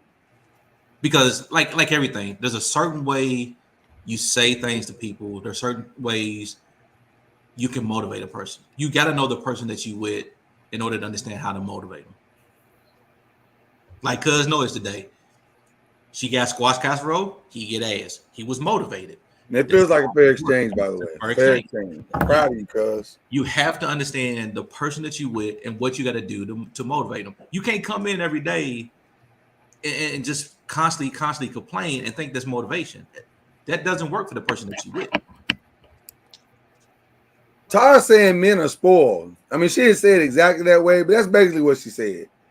that because they were the king of the house and nothing they did was ever wrong, and so everything they did was great, and so because they've never heard how irresponsible they were, and they never heard that they need to grow up, and that they wasn't always right, they were spoiled. That's basically what I'm paraphrasing, Tara. Yeah, that's a good paraphrase. Good paraphrase.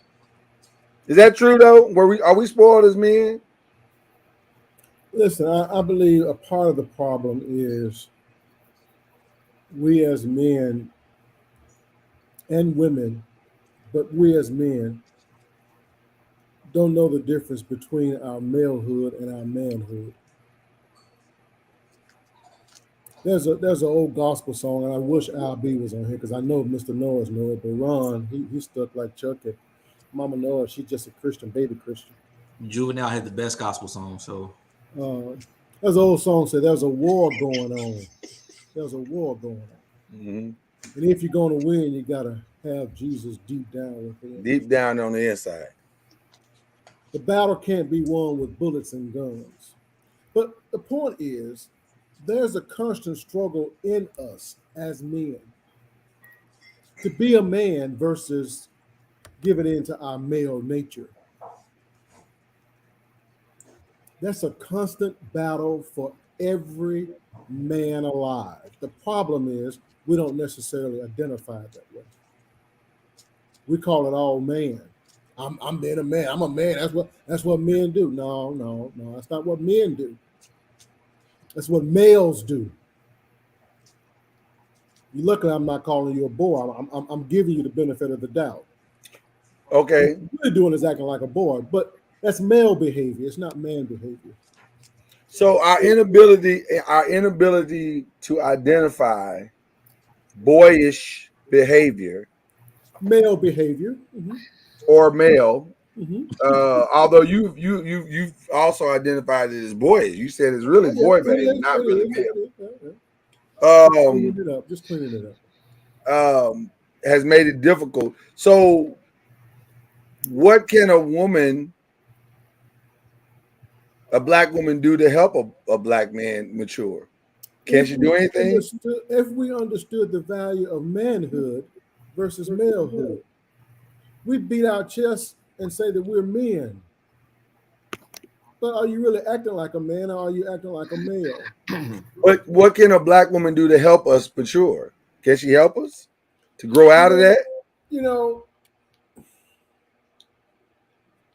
I've heard some say a woman can do that. I've heard others say a woman can't do that. I believe that she may encourage you because you desire her to a degree that you decide to change. But I don't believe changing for anybody is ever the right answer. I believe you must change for yourself. So my manhood is strictly me. It has nothing to do with my wife. Because when she disappoints me, now what am I going to do? Revert back to malehood? Or am I going to stay a man? When she dead and gone, now what am I going to do? Go out there and be a male again? Or am I going to continue to be a man? I feel like you'd probably go back and do a male thing. Yeah, she dead and gone. This whole time. I mean, I feel like you would. Just FYI, I'm just throwing it out there. It's like a retirement plan. The point is, we have to want to be men ourselves. Well, you have to want to change and grow. But isn't that true for both parties? Like, okay, so because I don't necessarily disagree with what you're saying. You can't make a man truly change if he doesn't want to change. I think that's also the same thing for women. You can't make a woman change if she truly does not want to change. So therein lies the dichotomy of the problem between a good black man and a good black woman. The truth of the matter is, and I just want to throw this definition out, or this reality out on both sides. Most black men and most black women come with a level of flaw in the totality of their makeup that it takes time to evolve into this good part of the whole thing. We don't come with the good part right from the beginning most times. Like even the best presentations, when you start to wait it out a little bit, you start to see, okay, this is a decent dude, but he does have some issues, or this is a decent woman, but she's got some issues. And then it's a matter of, can we work through all of these issues? Can we work through the stuff to get, and do I have the patience as a man to see this through? And do I have the patience as a woman to see this through?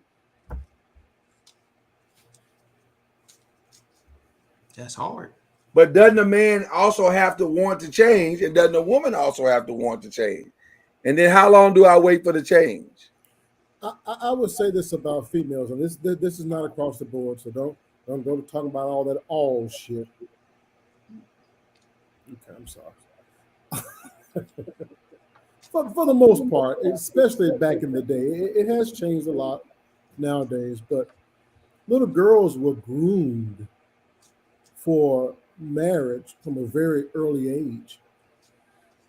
They were taught to care they were taught nurturing skills. They were taught how to keep a home and to cook and clean and do for. For the most part, males were not taught how to be husbands and fathers and providers. Not nearly as much as girls were taught. So you're saying back in the 1950s when women couldn't do nothing but stay at home? You don't have to go back to the 50s, Ron. Don't be so damn. Okay. Damn. So 60s. I mean. No, Ron. 70s and 80s. Girls were still taught. I would say women are more taught to look be for Prince Charming. nurturers for family, not necessarily for husbands. Right. Because you're handed a Barbie and a Cabbage Patch before anything. And you said, take care of this doll, take care of this baby. You're never told, you never handed a Ken doll and said, treat this Ken doll with the respect it deserves. Well, listen, I don't disagree with that, but there are a lot of families back in the day. Now, I'm not talking about no 50s and 60s, Ron. that a lot of females in home with a mom and a dad. Those females were challenged or told, fix your daddy's plate. Do this for your daddy. Do that for your daddy. That was the grooming part. That was the teaching part. Do you think there were that many homes that occurred in? I think it was quite a few back in the day. I don't think it exists now as much because, hell, daddy ain't in the home. See, I would go back to what Ron said. That sounds like a more of a 50, 60 thing, not a 70. Your wife never did that with your daughter, said do this for your daddy and do that for your daddy in order to care for the man of the home? Yeah, it happens now. It happens. Yes. But she didn't get that from her mother. She got that on her own. But she's doing it, and this is 2022. She's doing it. She's absolutely doing it. Okay, it happens. But the reason I said 50s and 60s is the era was a lot different. Women, when you hit the 70s and 80s, women worked more. They was out of the home more. They didn't get a chance to do a lot of that teaching as much as what they did back early in the days. Right. I think that change had a lot to do with how some of this stuff is coming out the way it does today. And what changed with that again? When I hate to say as well, when they started really working more, had to take care of the home more, had to be out of the house more. When women started working? Is it fair to ask a woman to be a nurturer of her husband like that when you've already asked her to work 40 hours plus? Because it's hard to come in and provide an emotional or even psychological support to your spouse when you've given so much to your work environment. That's bullshit. No, it's not. No, it's not. I go to work every day. When I come home, I don't lay around here like some no good for nothing piece of shit. I'm still a man in my home, and I still do things that have to be done as a man. Well, I because don't. we have I don't. acknowledged that you are superior in every way to I every don't man out hire. here. I don't hire people to do shit that I can do around my own home. No, I'm no, a but protector. I'm a provider. I'm a doer in my home. So but she can't come home and be lazy either. I think what He missed the entire point different of that now statement. versus So what what you was the said. entire point? You say she worked too hard. She ain't got time to be caring for you. But do you need? Bullshit. But the question is, do you need her? And this is again, I think is where we, as male and females, our philosophies are still stuck in later time periods, and we haven't evolved with the way the times evolved. And I think that's one of the main reasons we have such a disparity between black men and black women. Black men want the woman who's at home all day, cooking and cleaning. A lot of black Do we men want that? A lot of black men want that. You just said earlier, black men don't want to be challenged. So if you don't want to be challenged, you want a woman who's at home every day, cooking and cleaning.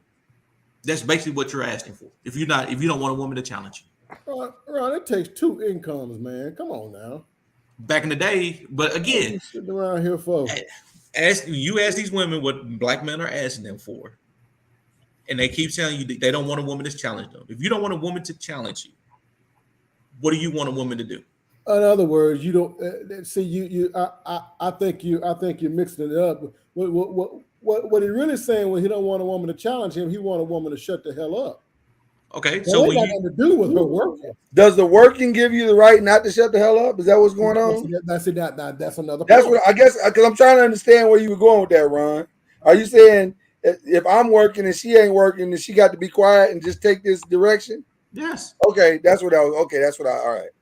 And so, that's why I say you look at the most men's philosophy on what they want. They want the 1950s and 1960s when it comes to their women.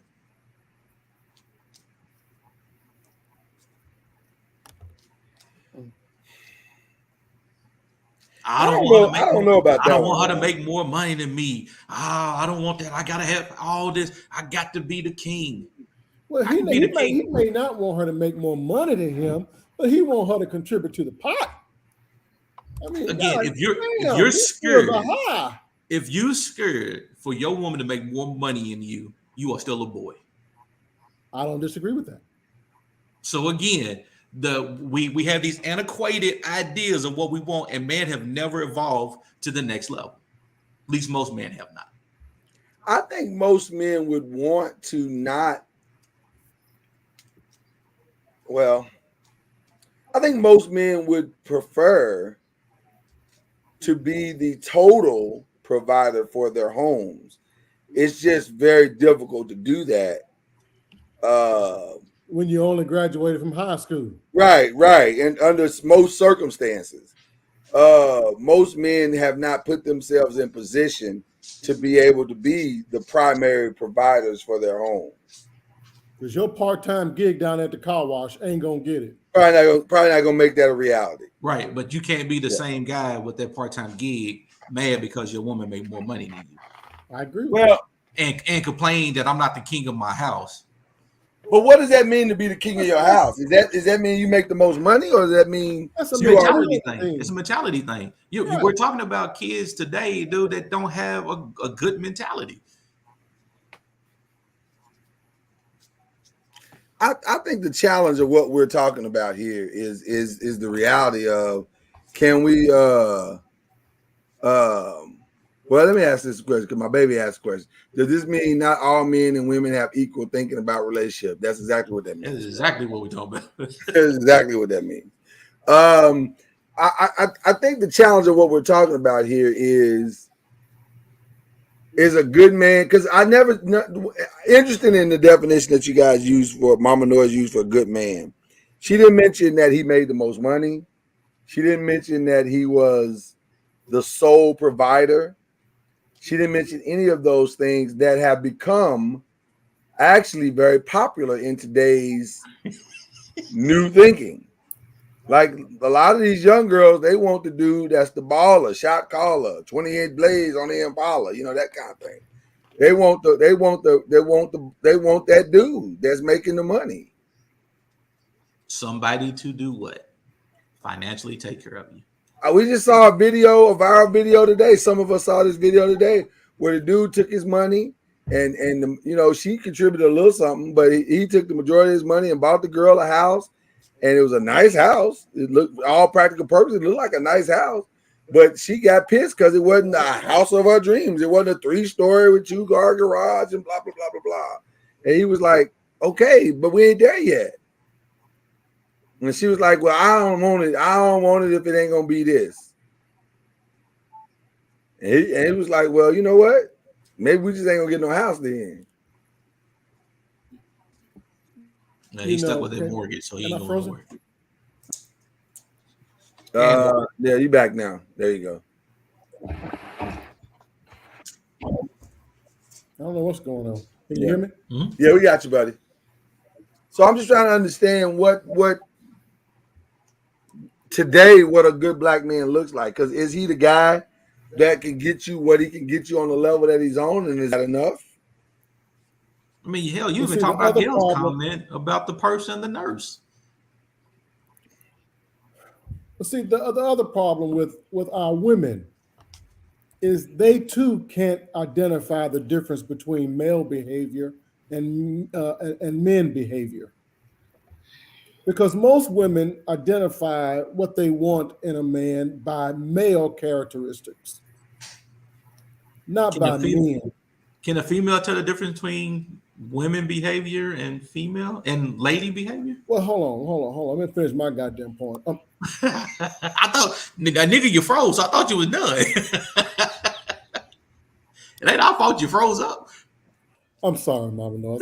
I sincerely apologize, Mama Noise. Stop apologizing. We know that shit ain't true. I do. Yeah, but he is freezing up pretty bad today, which is weird. I probably need to move. There's squash juice in there. The squash juice. Can you hear me now? We got you, buddy. Okay. Women pick males. They're not picking men. What? That's what we waited for. You done freeze for you to say that shit? They are picking males for what males can do for them. Oh, okay. That's better. They're not picking men who want to build with them.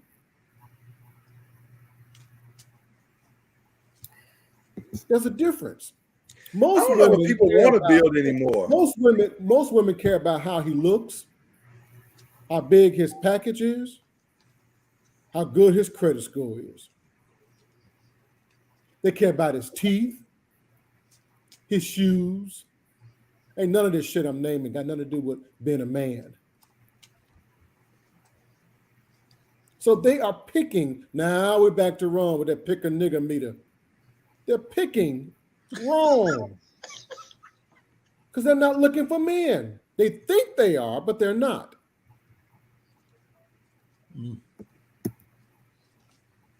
Do people want to build anymore? Do black people want to build black families?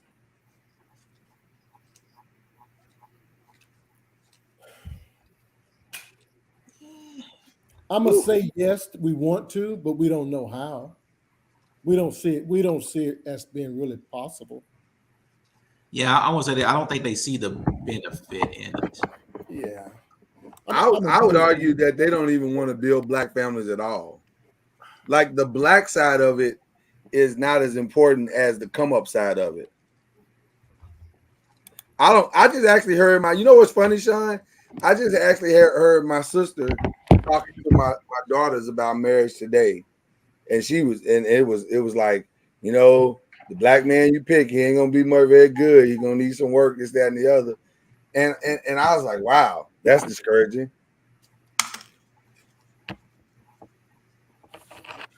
Can you guys hear me? Yeah, we hear you, buddy. Okay, I moved to a different area. That area wasn't working back there.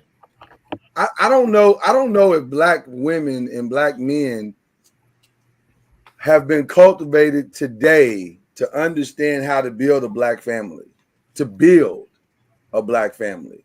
We don't know I what it think. looks like. Well, we want instant grits. Like you complain all the time. We don't want the bag of grits that you got to sit on the stove and let it get to the place where it's delicious. We want delicious in 5 minutes or less. And because we don't want to put the work in to actually build a family, to really invest in the family, to build each other up. I'm gonna support you while you go to college. You support me while I go to college. I'm gonna support you while you do this start this business.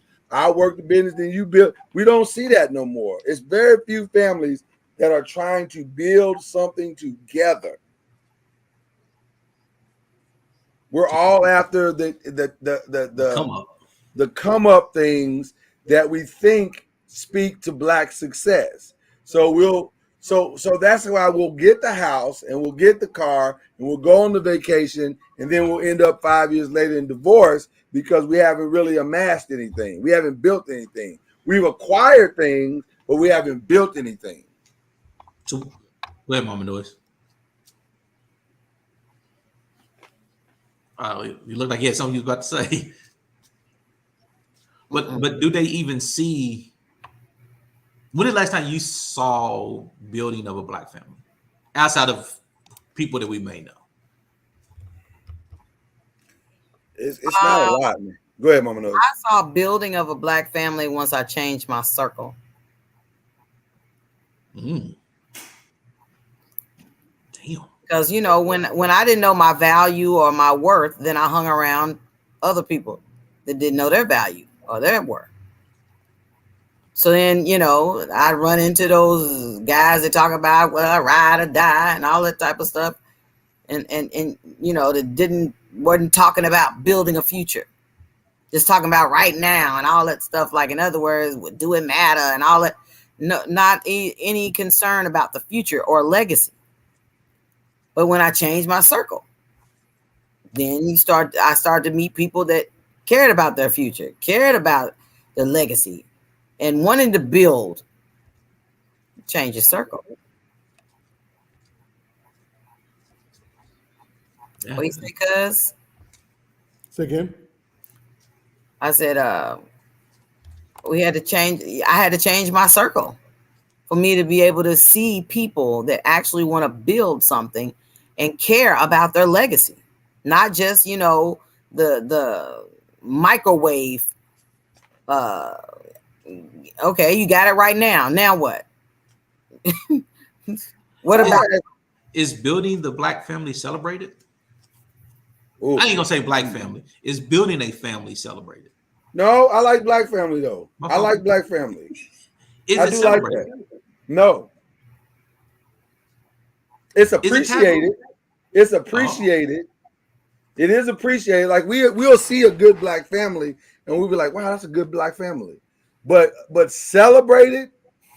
No, not the way it should be. Because y'all don't even like Blackish. So no, it is not celebrated. That's because we think black families, all non-physical is pouring into the person you share life with. That's exactly right. And I want to go back to something Tara said and piggyback on what Ryan just asked as well. He said it's borderline hypocrisy to even expect the younger generation and the young bucks and to maintain relationships when we aren't willing to do the same. Have mercy, have mercy, have mercy. So we have set a blueprint for toxicity in the black community. They mock what they see. Well, that's the reason why we're supposed to, like I said about the circle. The circle is, in my opinion, is not just for us. It's for our children as well. So they can see the examples. The kids be like, man, what's going it's the 4th of July weekend. What the Joiners doing? Okay. Maybe they've seen the Joiners. They're like, we like Mr. and Mrs. Joyner.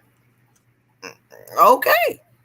But had they not seen by example, they wouldn't say, let's go over there and be like, man, as long as we don't go over to the Joiners. But in your example, and I know you didn't mean it this way, but I'm gonna use it to make a bigger point. in your example, I don't want my kids looking past my house to find a good black family. No, Mama Noise. I just said you didn't mean it that way. So I know what you meant, but I want people to hear the other side of that, which is I think is what is happening. We're having to look past our own families to find the example, which is a bad thing. No, I think that they actually were looking for someone like your family. No, I you missed the point, but okay. No, I think I understand what she's saying because I too have done the same thing. It's imperative that we as blacks are around other like-minded blacks that want to do something in life. You don't have to have arrived. You don't have to be there, but you have to want to build your marriage and want to be the success that you can be or whatever that is. It's important for your kids to see other black people doing it too.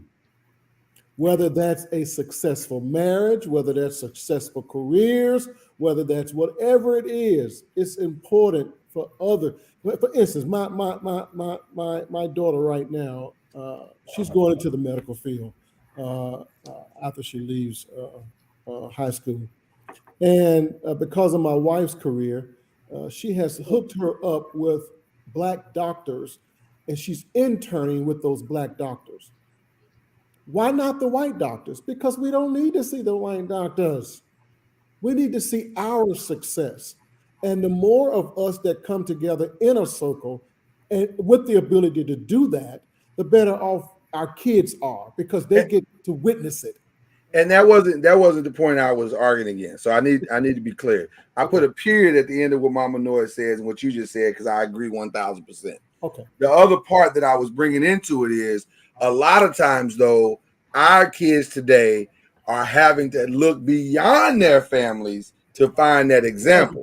And that's the problem. Okay. Because I don't have that in my house. I don't have my mom don't take me to friends that she had, because like you said, Mama Noise, all of her friends are as toxic as she has become because she's broken inside, because she's hurting, because baby daddy number 1 or 2 left her. And so now as a child, I'm forced to look, well, I use my own life.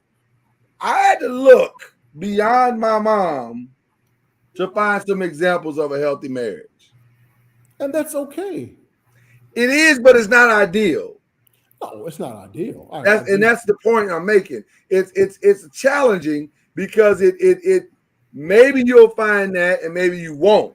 Right. And some of us, I was just fortunate to be able to have found it. But that is not always true for a lot, and it's becoming less true for a lot of these kids because a lot of our family stuff that was done in the shadows is now being played out on social media.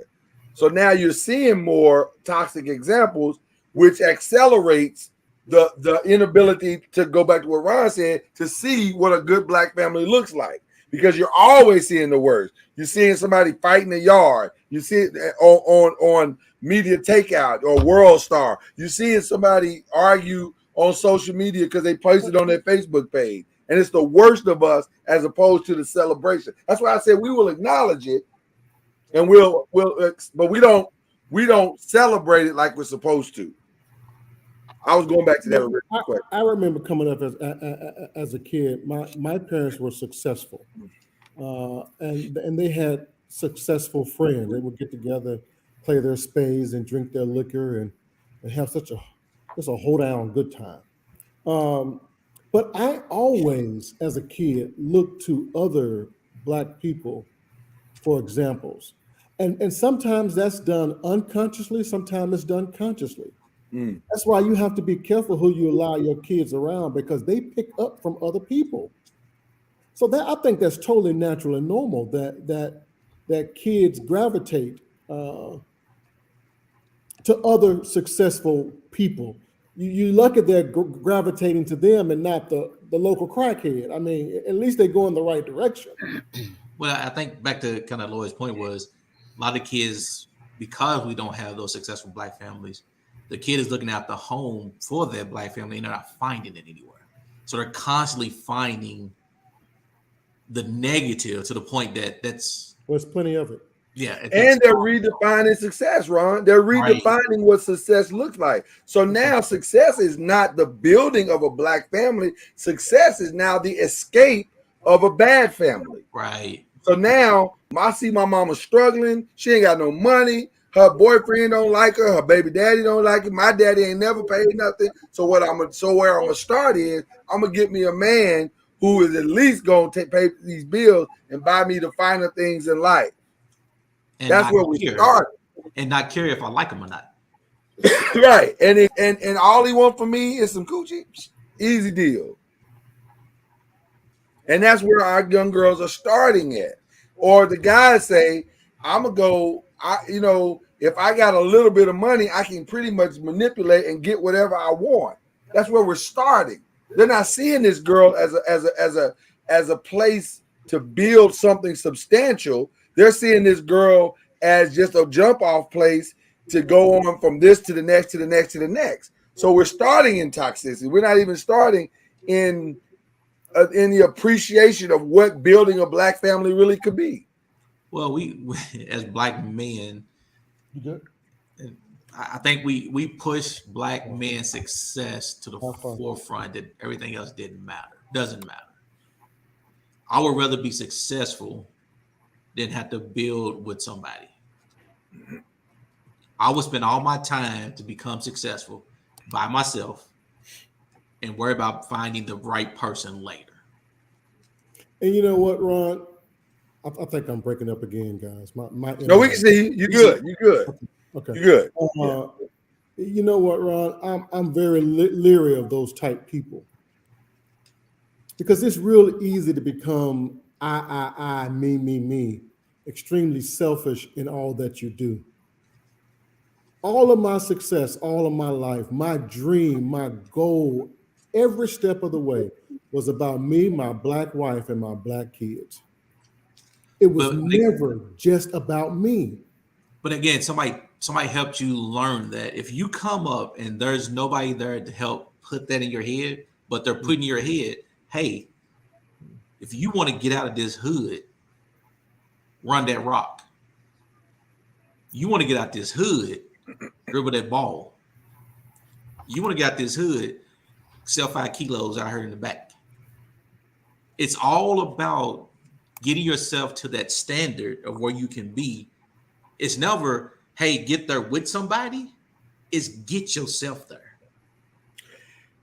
Ron, first of all, you're 1,000% correct. Is what it has become. But I want to share something to go along with the topic that we're talking about: good black man, good black woman. And Cuz I think sent this video out to us, and at least he sent it to me and Mama Know it. I think some of y'all may have seen the viral video with Tabitha Brown. She just bought her daddy a truck, and it's a really, really nice Chevy Silverado. Looked like it was top of the line. And she gave it to him, and he was just in tears. And a lot of people, look at that as Tabitha Brown buying her father a truck. But you don't. But for those who see that, that means you don't really know the Tabitha Brown story. Right. The real Tabitha Brown story is Tabitha Brown was an actress trying to make it in Hollywood. She was trying to get to Hollywood, coming out of South Carolina, and she didn't have the tools to really truly get out there. She had the talent, but she didn't really have, it was a struggle. She was struggling. Her and her husband were struggling. So Chance, her husband Chance, decided, baby, let's go after your dream, and I'm gonna support you to go get your dream. So here's what we're gonna do. We're gonna go out to LA, and I'm gonna take a job as a police officer. And he went out there to Hollywood, expensive ass California, and took a job as a police officer to help finance her dreams. And it took a long time to get there. And it really wasn't until the pandemic where she started doing these videos, encouraging people and also showing her vegan cooking, that she blew up. They was out there just trying to survive. And that's when it took off. So now Fast forward 3 years later, and she's in Target. She got a best-selling book. She's got TV shows. She's doing all types of great things. And a lot of people say, oh, Tabitha Brown. But it was chance that held her down and built with her a successful Black family. That's the thing that we got to start celebrating. We got to tell that story and stories similar to that. Not, and teach both our Black men and Black women that building success, sustained, lifelong, generational success is not an overnight process. Man, that thing takes time. And the key is your picking nigga meter got to be right on both sides. You got to pick somebody with a vision, and you got to pick somebody that's built for the journey. You know, I agree with what you're saying 199%. The problem is we as a people are too jealous of one another to really celebrate one another. Because I see your success as a sign of my failure. Ooh. Versus looking at your success as a model for what I too can do. Or even if I don't do it, I can show my kids that they can do it. Yeah. I have a very similar story to Tabitha Brown and her husband. You do? Because my wife and I sacrificed the entire way of our marriage. I would be up, then I would turn it over to her because she wanted to go for what she wanted to go for. Then she'd turn it over to me. We have sacrificed for each other the entire way. And it was all with a goal to build.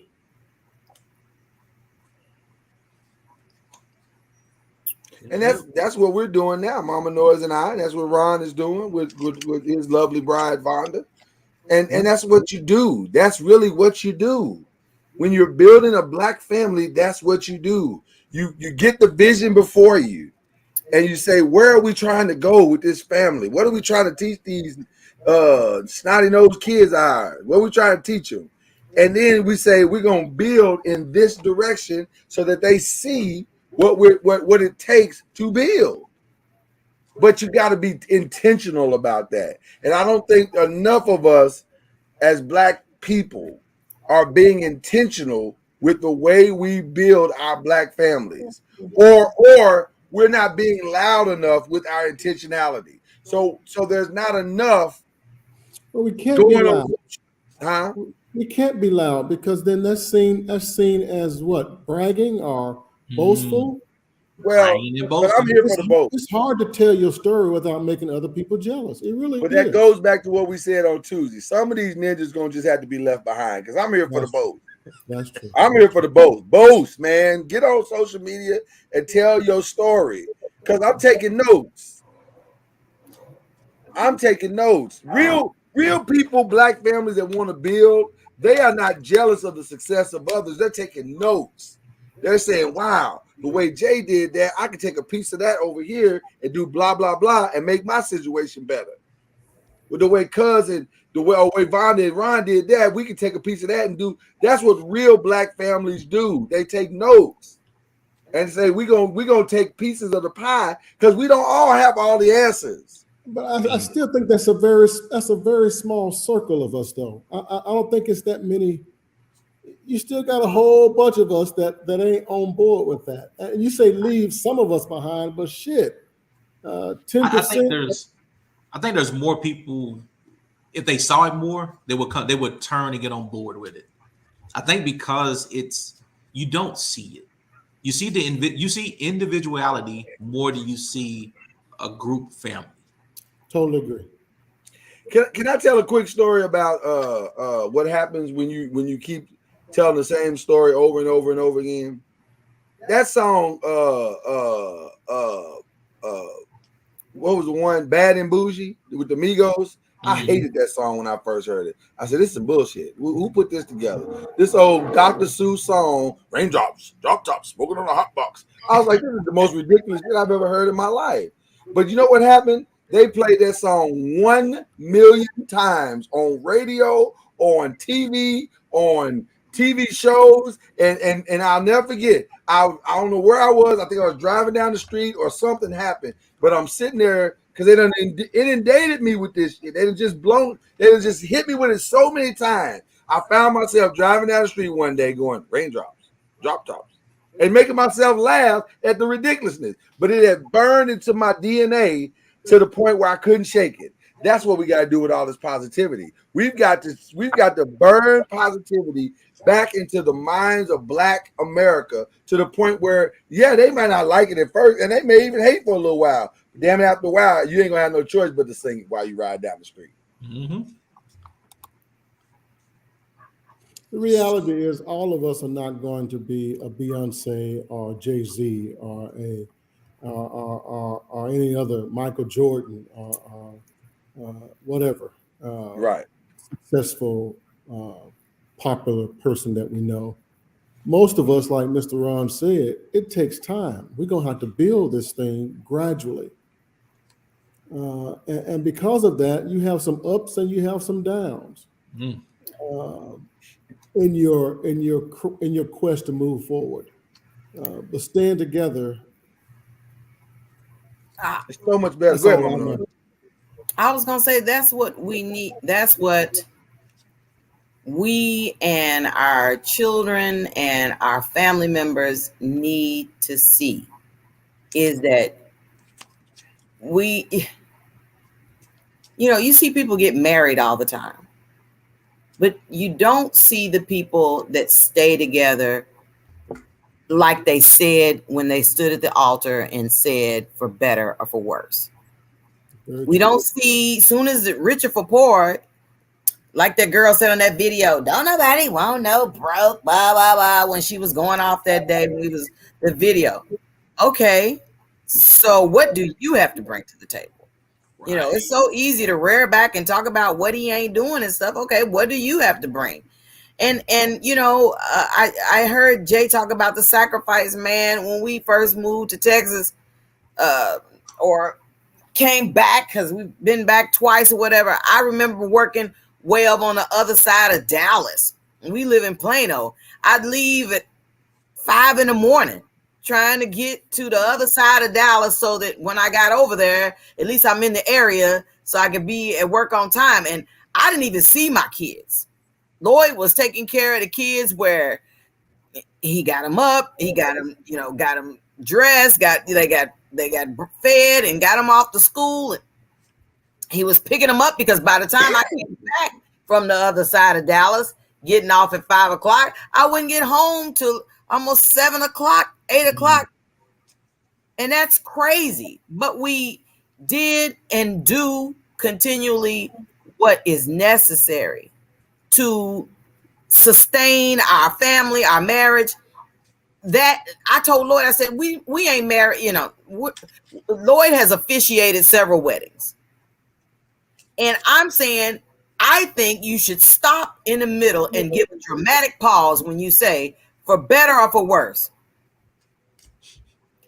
sickness or in health, richer or poorer, because we skate past that or we don't include it, because it's absolutely necessary if you're talking about longevity. But if we keep on acting like, there's no struggle or all is well and stuff around our kids and around our families and stuff, then when they encounter trouble or they encounter struggle, they ain't never seen it before. They need to see that they're able to still stay together. They're still able to make. I think that it's like that message that Jay sent about Bishop Jakes, when he was talking about we're raising men to be women and, vice versa, what have you. I'm saying, I was always taught, look, you have your own stuff, because he can't be depended on. You can't depend on no man for nothing. You better, matter of fact, when me and Lloyd had our premarital counseling session with the pastor before we were married, he said the most profound thing. He said, tell me some things that you were taught as a woman. I said, one thing my mother said is, don't tell a man all the money you got. Don't tell him everything. Always hold money back for yourself. So if he ain't got none, it don't matter, as long as you got something. And I was like, I don't know if this is right. That doesn't sound right. I wouldn't want him to be holding it. She said, it don't matter. He's a man. But as a woman, you better make sure she called it mad money. You better put some mad money somewhere in case he don't this or in case he gets silly and act like he want to do, he want to go on about his business. You better make sure you got that mad money somewhere so you can take care of you and your kids and y'all can just leave. And the pastor was like, this is blowing my mind. I said, I'm just telling you what, And by the way, make sure you keep your last name because it costs too much money to get it back.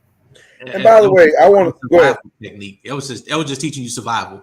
It was just a survival technique right there. But there's some truth to what she's saying. And by the way, if you want to see that thing that Mama Noise is talking about, it's actually an interesting discussion that Bishop Jakes was having because he was talking about the basic conflict between a woman's natural femininity and what's, like you just said, Ron, what society has done in forcing our women to have to survive, have to fight for their own success and identity and advancement or whatever, instead of being able to try to come together and build together. It is an interesting thing that we've created in society, and then we force women into this ideology of I'm a strong black woman, Pastor. But there's no willingness or opportunity to be weak. Go ahead. I'm sorry, Gus. Go ahead. Pastor, I just want to make sure when you're saying society, see, we can't come on this podcast and speak in code. We have to be able to talk to the people so they know exactly what. Should I have said niggas? Should I have said niggas? Because you said society. I should have said niggas. I apologize. Women. I apologize. I said I corrected it and said niggas. But I was using Bishop Jakes' language. He said society. The good pastor can't say. Yeah. Well, I mean, it's black men's fault.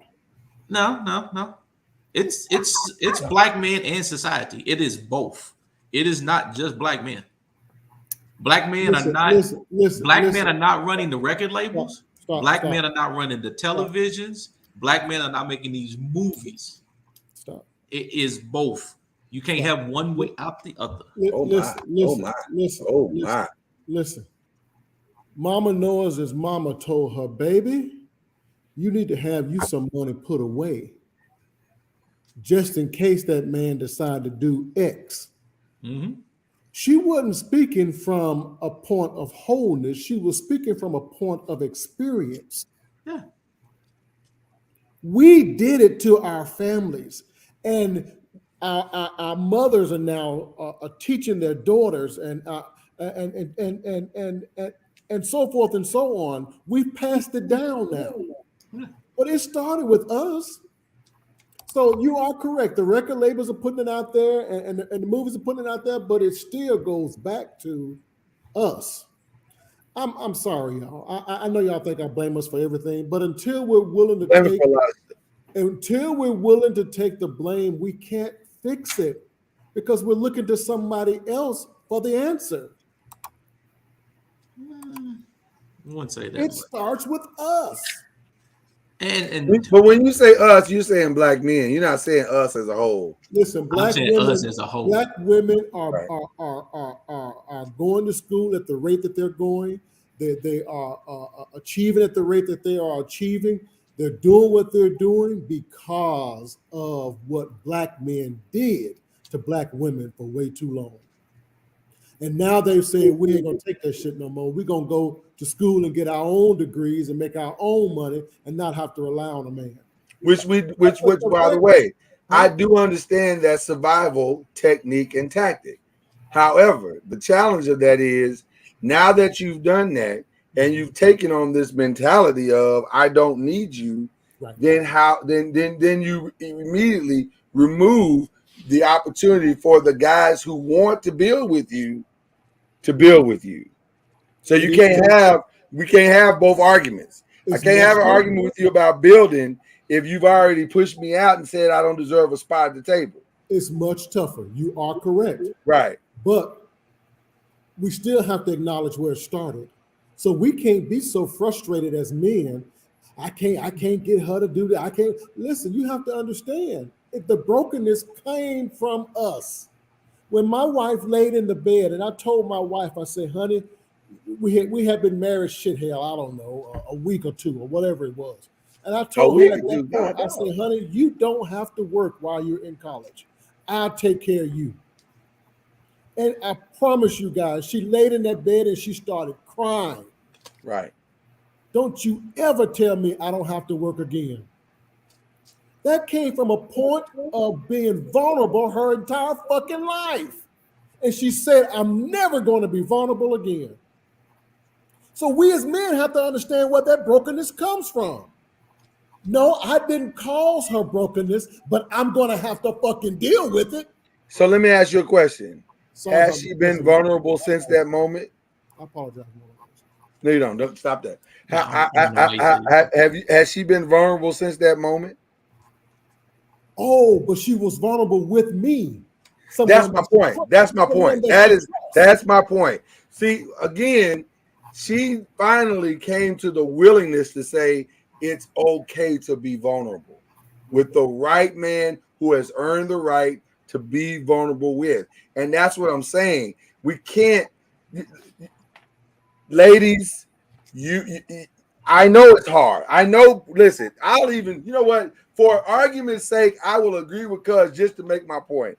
If we have screwed up as black men, we've screwed it up as black men, okay? Now there are black men that are coming out of the mud saying, we want to fix it. Now, you're saying, well, you damaged me so bad, I don't know if I trust you. There's only one way to earn trust. To build it? Decide that you want to do it. You can't complain about the problem and never give us the opportunity to fix it. Well, it's not. Sometimes we don't know we have a problem. You know, Mr. Noise, I agree with that. I understand where that comes from, but it's really not up to her to give us the ability to fix it. We have to take it. We have to want her so bad. Oh no! Listen. As much as we as men, are willing to fight for what's between her legs, we have to also fight for her. And as long as it takes, you can shake your head as long as you want, as long as it takes, I'm going to prove to you that I'm here for you. That takes time, guys. What's your time limit? Is it a week? Is it a year? Is it 2 years? What's your time limit? The time limit is her willingness to let you fix it. Listen. No, listen to me. Listen. It didn't happen overnight. It doesn't. I agree. But my point is, in order for us to move forward and build something, it has to happen. Yes, but that takes time. What's your limit? Your limit. You get so many no's before you're gonna be like, I can't continue to do this, and I got to move on. Listen, what you don't want to do is find yourself on the stage at the height of your career slapping somebody in the face. Because she wouldn't let you. She would just refuse to let you fix it.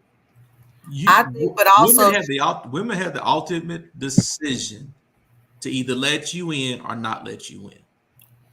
But if we don't know that there's a problem, I'm saying I didn't know I had a problem until Lloyd and I was arguing about something, and man, he stepped towards me, and I mean, immediately I dropped my right leg behind me and had my fist balled up like we fin to scrap right now. And he's like, what is happening? And I was like, well, I ain't know. Because you start walking towards me, and all I could think of is, okay, he's about 6'4", trying to figure out how can I knock him to the ground. But Mama Noise, in that situation, you're thinking about survival mode of an abusive situation. I'm referring to you had to let Lloyd in order for Lloyd to learn to love you. Lloyd had to get to know who you are to figure out what trauma, what problems, what issues to get you to a point to make it where you could become vulnerable in front of him. That took Lloyd time. Lloyd had to put in the work to do that. Guys will come in and try to put that time in, but at some point, if you constantly keep saying no, no, no, no, no, no, no, nobody is going to sit there and waste their lifetime for a woman who's constantly going to tell them no. They even tell you in business that each no is closer to your yes. No, they don't tell you that in business. They tell you that in sales. Yeah. In sales, they tell you that. Exactly. That's what I'm talking about. Sales, business. Yeah, but that may or may not be true. That's what it is true. It is true. It is true. But here's the difference about business. It's never the same person that you're selling to. I can sell you something, you say no, but Lloyd says yes. Right. That's true. But you keep going for the yes. You don't stop. But you're not going to the same person. No, listen. You guys. Hey, you brought up business. Three business guys. You cannot sell me on giving up on that what you say you want. That's not what we're selling. That's exactly in essence what it is. Because if she didn't capitulate and succumb to your desire for her to let you in the way you want to be let in, even though she didn't know that she wasn't doing that or she didn't know how to do that. It takes time. Sometimes people have to hit rock bottom before they can finally get up. Are you willing to stay to rock bottom? That's the question. You are willing to stay to rock bottom to the point that Everybody got this to a point. It is to a point. Dude, I love Janet Jackson all my goddamn life. She ain't gonna let me in. Well, you ain't going for it. That's the problem. You ain't going for it. I can go for it. She still ain't gonna let me in. Well, I think you cannot say that somebody's going to constantly. You ain't sure let me yet. You ain't. Hey, she let me in. I'm in. This is escalating way too fast. You can't say that you're going to pursue somebody to the nth degree. If she doesn't want you, she don't want you. We're talking about your spouse. We're talking about your spouse. No, we're talking about at the very beginning before she become your spouse. When she's your spouse and you marry her, yeah, that's totally different. But if I'm trying to get to know you to get to the point to be vulnerable, a woman ain't gonna let you in completely before marriage. And I think we're talking about all of it because there are guys who are giving, or there are women who are giving everything. He really does not have a viable place of complaint. He said he does, but he's really lying because he's really a coward. He don't want to fight for this woman.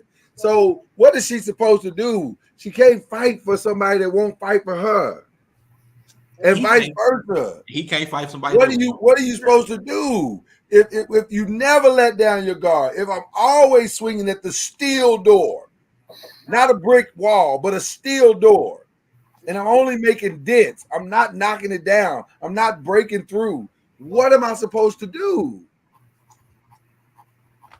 The individual has the ultimate power to either let you in or not let you in. I'm actually okay because with somebody coming up to me in a relationship, I was okay with my wife coming to me with a brick wall. I was okay with it because I felt like I was John Henry. I had a big ass hammer and I feel like I could knock that shit down. Might take me some time, but I'll knock it down. Lay your hammer down. John Henry, swinging that hammer down. I'm sorry. But I was okay. I was okay with that because I recognized and I had a relationship with my creator, my heavenly father, that told me, nigga, this is a wall. This is a brick wall. There is damage here. And you're gonna have to swing hard. I got it. Lord, I understand the assignment. What you don't want to do is keep knocking them brick wall down, and every time you knock a brick down, she put a brick back up. But here's the thing, that you don't want that, and then the other part you don't want is you don't want to swing at a steel door. That's a different type of fight. I ain't never seen nobody knock down a steel door. I've seen people blow one up and move on. But I don't know how you fight for somebody that won't fight with you or fight for you. He'll fight with you. If you've never seen the movie, I think I've referenced this before on this show. If you've never seen the movie, I Think I Love My Wife, Chris Rock has a hell of a line that he makes in that movie where he says, I want a woman that if we in the foxhole together and I get shot, she's gonna drag me out the foxhole, me and the kids, and drag us to safety because I'm down. I was like, damn, bro, that's real talk right there. Because we building together, we in this fight together. That's what essentially is saying. We in this fight together. By the way, go see his stand-up Tambourine on Netflix. Powerful stuff. That's my favorite Chris Rock stand-up is Tambourine.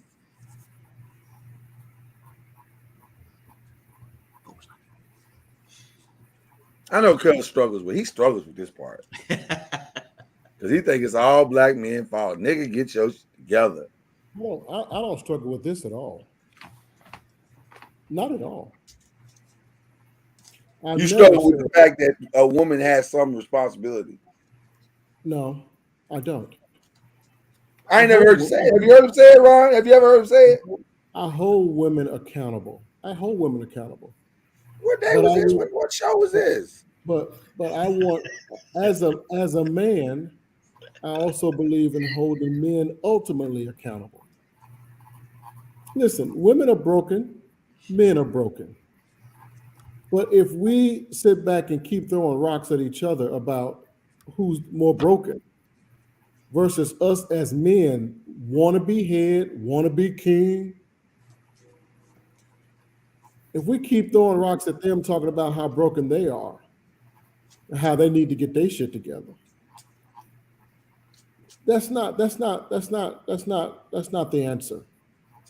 Tar, do me a favor. Put in the chat if I'm allowed to read what you just sent me. Because if I am, I'd like to read it. Because this is powerful. So we're gonna do this because Mama Noise, Tara, Pumpkin Noise, Princess Noise. Let's call a truce between black men and black women. Let's call a truce. Did she say call yeah? a truce? Call a truce, and let's say what it is. Okay, cool. We all effed up, and we're gonna work together to fix it. Call a truce. Because right now, black men and black women ain't calling the truce. Y'all, let me read this real quick because this is powerful. Because some of us aren't being honest. Let me read this. It's basically Afghanistan between black men and black women. I got you. Hold on one second, guys. Let me read this because this is powerful on both sides. Because this might be the crux of our conversation and what you just said, Ron. This is coming from a anonymous person on a group website, and she's talking about dating. Okay, she's talking about dating in today. Here's what she said. She posted this. I'm scared to love again. I'm scared to let anyone in and let my guard down. How do I overcome this? Because God knows I don't want my time wasted, nor do I want to be hurt anymore. This has nothing to do with healing. There's just a lot of broken and distorted folks out there. Every time someone shoots their shot with me, the first thing they talk about is sex. And that's annoying and such a turnoff. Grown and educated folks don't even know how to communicate effectively. Are there any decent and honest folks out here anymore? Dating seems to be trash these days.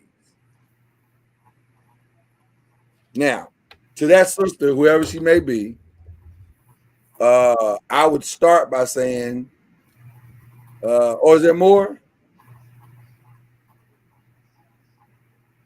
Did I not read it all? Hold on. Oh, that's just okay. I got you. To that sister, I would say, number one, the fact that you said you started out your statement that you were scared to love again does denote that there is some healing that needs to be. And you can say it don't, but it really is. Because what you essentially I hear is what we've just been talking about.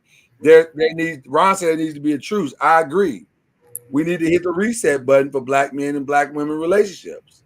You got to hit the reset button. You got to, if we can't get to a place where there is a measure, it wasn't that. Yeah, I'm sorry, I should have said that. It wasn't Tara posting that. It was somebody else. She just sent it over from that thing, which I appreciate her doing that. If we can't get to a place where we can give each other just a chance And I'm not saying you give that chance to everybody, but I just refuse to believe black women. I refuse to believe black men that there is not one person out there that you can't connect with, that y'all can meet on an equal playing field and build something together. I just don't believe that. I don't believe our society is that far gone. Black people are that far gone where we can't find the commonality anymore. I don't believe that. And so, but in order to do it, I think it goes back to what Ron just said. We got to call a truce. And you can't blame me for every black nigga that did it. And I can't blame you for every sister that did whatever she did.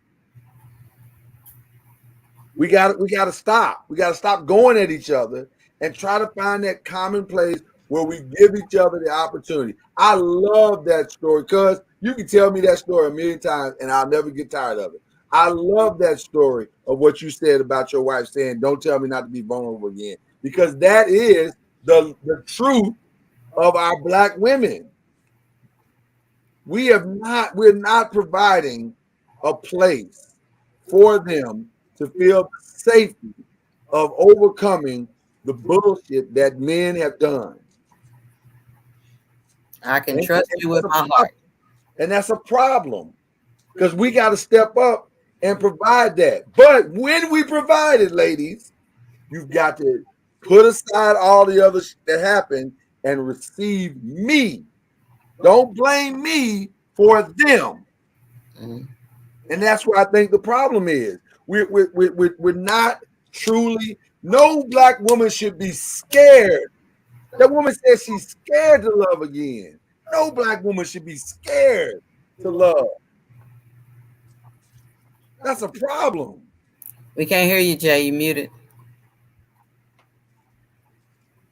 God damn it. I sure do appreciate your passion on how you discussing that. That shit's normal. But it shouldn't be. That's my point. Part about it. That's the most disgusting part about it. Yeah. Most black women out there are scared to death to open up to men, to black men. So what are they doing now? They say, fuck it, I'm just going for the bag. I'm just going to go out there and get what I can get. Forget love, forget being vulnerable. That's normal. That's it. But that's my point. That's where the truth comes in, though. We gotta stop normalizing. See, this whole week is coming together. We gotta stop normalizing all of this like it's okay. It's not okay. It's not okay to be sitting in a bar, scared to death that some nigga's gonna come up to you and disrespect you and only ask you for your ass or only want to have sex. We gotta stop that. We gotta stop putting ourselves in that environment. I'm not saying you can't go out. I'm saying we've got to stop setting those expectations of our encounters with one another. That's crazy. Now we understand why parents be saying, you know what, maybe I should pick the person for you. That's why they did arranged marriages. Hey, look, let me help you. Because if Ron is a strong advocate talking about the meter being off and all that, then I need to help. If you go through all this hell, at least get a goat out of it. I mean, listen. A goat, some sheep, some little farmland. Something. A bale of hay, something. Hey, Andy Bruce spent years fighting what the last man did, even have to fight it in my 10-year relationship. That's the scary part, man. Because there's no truth being called. Like you said, Ron, I thought you said it eloquently. There's no truth being called. There was no truth being called when Cuz made that statement to his wife and she cried in the bed.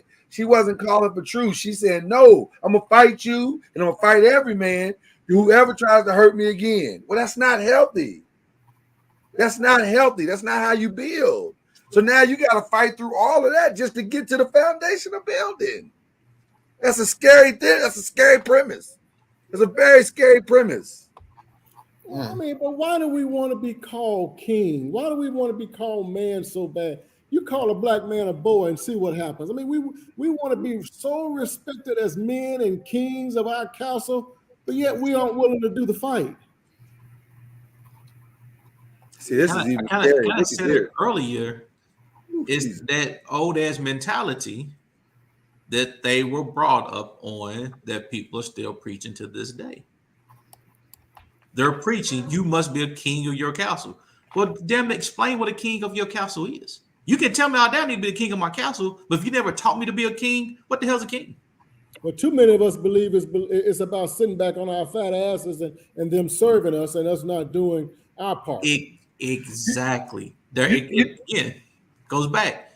You're teaching people to do something they have no freaking clue what the hell they're doing.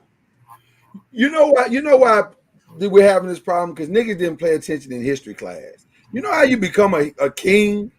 You become a king by overtaking a territory. You have to fight that enemy that's in that territory. When you win that area, then you become king. So you got to go and do the work first, then you're allowed to become king. You don't just get crowned a king, or you're born into the family and you inherit the throne. It's one or two. But before you even inherit the throne, you had to learn what that throne was. You got to learn what it takes to do it. So we're handing out titles to people who have not earned the right to have it. Read what Tara sent out there, Mr. Noise. Oh, you want me to say it again? Because I already showed it. You're not paying attention. I said, read. We need to discuss that. Well, read it then, because you're a good reader.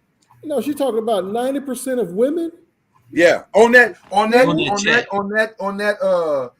response that lady gave. Yes, and 70% of men lack the empathy towards those women. Huh? But you know why? Because again, it goes back to what Ron said. We're still fighting. There's no truce. So men think we gotta win, and women think we can't win. Woo! I said something then. Either women think they can't win or they can't lose. I think it's more women think they can't lose, because losing means I have nothing anymore. But why put myself out? Do we as black men really understand what black women are feeling and why they feel that way? I think we've all got to a place where we don't care anymore. So black men don't care? Well, it's I don't want to, again, we don't want to use the word all, because I don't think it's all. I just think the ones that don't care are louder than the ones that do. So not enough of us care about how our black women feel. Not enough of us care and are willing to speak out. Go to that site and say to those black men, the way we're behaving right now toward this sister is trash. She deserves better. She should not be scared to love. And if 70% of men on her have no empathy, then yes, because a lot of these niggas don't care. So when you do care, you call defenders of the earth. No, I should have known we was getting set up by your black. You was walking in there. Listen, again, I like the way Ron said it better than what you be saying, nigga. Truce. It takes a truce. A truce says I own the part that I played in it. Even if truth does not say that. What do you think a truce is? Truce is let's just forget it. Let's move on. Let's move on. This is how we're gonna move forward. The past is the past. But that's a truce is only as good as the acknowledgement of why we're stopping the war. No. Yes. What the hell do you think a truce? Hold on. No. I know you ain't going to tell a historian, a degreed historian, what a truce is. No, in most truths, both sides claim victory. No, they don't. Yes, sir. In a that is not true at all. That is not true at all. What? In a truce, both sides claim that it's over. That's what they're claiming. They're saying a truce means we couldn't beat you and you couldn't beat us. So it's over. And the truth that's the truth. And the truth that the United States have been in, both sides claimed victory. What truth? North Korea and the United States, South Korea. Nobody claimed to have lost. That's why. Okay, but that's a different thing. That's a different statement you're making. It's not about loss. It's about acknowledgement. It's not about a win or a loss. You can say that victory thing, but that's not really true. The truth is we're acknowledging that the win is us stopping this and saying we can coexist. That's the win. I don't believe you can have a truce without telling the truth. Well, that's what I'm saying too. Yeah, y'all niggas are saying the exact same thing. Yeah, we're saying the same thing. Look at what Tara said. The literal definition is a truce is an agreement between enemies or opponents to stop fighting or arguing for a certain time. That's the literal definition. It's not about victory. It has nothing to do with that. It's about us saying we got to stop. In order for us to move forward, we got to stop doing this. Unless the real issue is dealt with, it won't work. No. I agree with you. We're not disagreeing on that part. Well, we can't call a truce. You can't call victory either. But I totally agree. Because as soon as you call victory, everything you talking about's out the window. Right. If it looks like men won or women won, then we're back to square one. Oh, you beyond square one. Whoever calls victory, game is over. I agree. But if we all walk away going, well, listen, we all contributed to this bullshit, and that's why we are where we are. Now we got a real opportunity to fix it. It would be ugly. Right, and that's true too, Tara. If we don't deal with the issues, the truth won't last. You're right. You're 100% correct. But we got to start with acknowledging that this ain't working. No point in having a truce if you ain't gonna deal with the issue. We're not disagreeing with that, cuz. Okay. So I don't want one. What's the issue? What's the issue? What's the issue? So you just want us to fight forever? Black men and black women to fight forever? What's the issue, man? What's the issue? Mama Noise. You there? Hello? Okay, let's take her glasses off. She'll take her glasses off. What's wrong with you? I got a question for you. Now don't get all sappy. Don't do that. Don't get all sappy on us. And don't go religious on us. Now, how you gonna try to tell me what not to? Religious. Damn. Don't do this and don't do that. Why do you love Mr. Noise? Don't go Choctaw. Don't go Choctaw. Baby, get as sappy as you want. Don't go sappy. Don't get religious on us. Just why do you love the man? Talk about it, Mama Noise. Put your weight on it. He loved me when I stood before him as his friend, naked and unashamed. And I'm not talking about physically naked. I'm talking about. You got to clarify stuff for slide in. I had questions. You got to clarify stuff for slide in because they don't hear it, Mama Noise. They don't hear nuance at all. Fully trained at all. Okay. You know, with all of my hurt and with all of my brokenness and with all of my having been in a survival mode for so much of my life. He didn't say, well, you need to get yourself together and all. It wasn't all of that. I mean. So, Mama Noise, are you telling us in layman's terms now? Because, you know, I'm slow. I'm from Mississippi.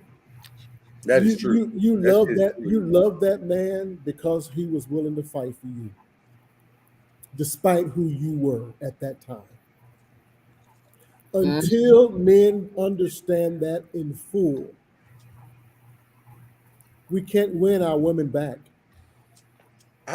Because all a woman really wants. I know she says she won't freeze a meat. She want a hard dick. I know what she's saying. Wait a minute. Wait. What you? I know what she's saying. I know what she's saying. I don't think that's what she said. I don't think that's actually. I don't need that translation. Azaria, overlook Mr. Joyner because, you know. Zara, delete that translation. Yeah, don't translate that to nobody. I don't disagree with what you're saying, because we as men, black men, we got to step it up and fight for our black women. But when I step up and pull my sword out to slay the dragon, But my ass, just fight. shut up and listen. When I step up and pull my sword out to slay the dragon, don't question where I'm swinging. Let me swing. I got you. I'm not going to turn the sword. You got to trust that I'm not going to turn the sword on you like other men have done in the past. Well, believe me, in the midst of your fighting, you're going to have to do some explaining. And sometimes you're going to have to explain over and over again until she really gets it, because she's never seen it before. Don't talk about women like they're 5 years old. They're smarter than that. I think they can notice when a man is actually fighting for them. I think. What? I'm just relaying what Cuz is doing. Don't shoot the message. He said you're gonna have to. He said I'm gonna have to keep explaining to you over and over again, like you 3. He did say 5 at first, not 3. He lowered it down. He took I off lowered 2 years. Comprehension was not the issue. The heart was the issue. So you have to keep coming back over and over again. But that was the point that I was making. You got to give. That's the purpose of the truce. I'm saying I get what has happened historically. I get the mistakes of my gender. I get it. So now here is the 300 rising up to say we're gonna fight for you. Let us and trust that we will spend our attention focused on the enemies without and within, but never turn the sword on you. If we can get to that truce and acknowledgement of the issues, we good. We'll make it. But if we can't, I believe you're bringing a philosophical argument, intellectual argument to a heart and emotional issue, and that never wins. You can't intellectualize what women are going through in this country when dealing with black men. I'm not trying to. Yeah. Well, it sounds like I'm not trying this old to. truce bullshit. Listen, you have to fight for her heart. Stop. I'm not trying to ignore her heart. I'm including her heart. I'm just saying, in the words of the prophet Mario, let me love you. Let me. But Mr. Noise, 90% of them are scared. I got it. And I know why you're scared. Because these niggas did you wrong. I got it. But you gotta, but how do we fix it? Either you're gonna let me love you or you're not. You were talking earlier about how building wealth and success takes time. We wanted to put time into everything but a marriage, but a relationship. Nobody said if it ain't microwave, if she ain't got her shit together, or if she don't listen to me this one time, I'm done. But we willing to do whatever it takes to build wealth. I would do whatever it takes to build the marriage as long as we're doing it together. I'll lay these bricks. I'll build that damn roof. I'll put that side of the house up. God damn it, I'll put the floor down. But if I need you to bring me a goddamn hammer and some nails, you should not have a problem to do that. If you have an issue with doing that, and I got to constantly ask you that over and over, just bring me some nails. Bring me some nails. Bring me some nails. How long is that house going to stay up if you can't bring me those nails? Real quick, because I know some people in the chat confused. Katara's super smart. She said, so Fred, are we in need of a truce or a détente? Who? Y'all wasn't ready for that détente, were you? I'll give you the official definition of détente: the easing of hostility or strained relationships, especially between nations. niggas. So she said if we start with a detente first, maybe we can get to the truth portion. That's true. I don't think that's an untrue statement. But I don't want to see us. I don't know. For me, I'd like to see the whole truce come into play, and then maybe individually we do the daytime. But as a across the board, if black men and black women could just say we're gonna wipe the slate clean and try, then individually we know we got work to do. Because it's work. Twitter said that Kyrie said he wants the big chicken. I do want the big chicken now. I would want the big chicken. You see how big I am? Hell, I'm gonna do some little ass goddamn chicken. I like to eat. Shit, I ain't almost 300 pounds for nothing. Shit. Touche, nigga. I build this house. I better get the big chicken. I built this house. Trust me, my kids will always eat first before me. My family will always eat first before me, right? No matter what. It is a lot of work. Back to that that video I sent you of the lady that bought her dad a truck. What was her name? The what now? The woman that bought her dad a truck. Oh, Tabitha Brown. Tabitha Brown. Yeah. That was a very deep moment. Not because she was able to do it for him, but because the statement that was made in the middle of the conversation of the showing, Dad, you've never had a new anything.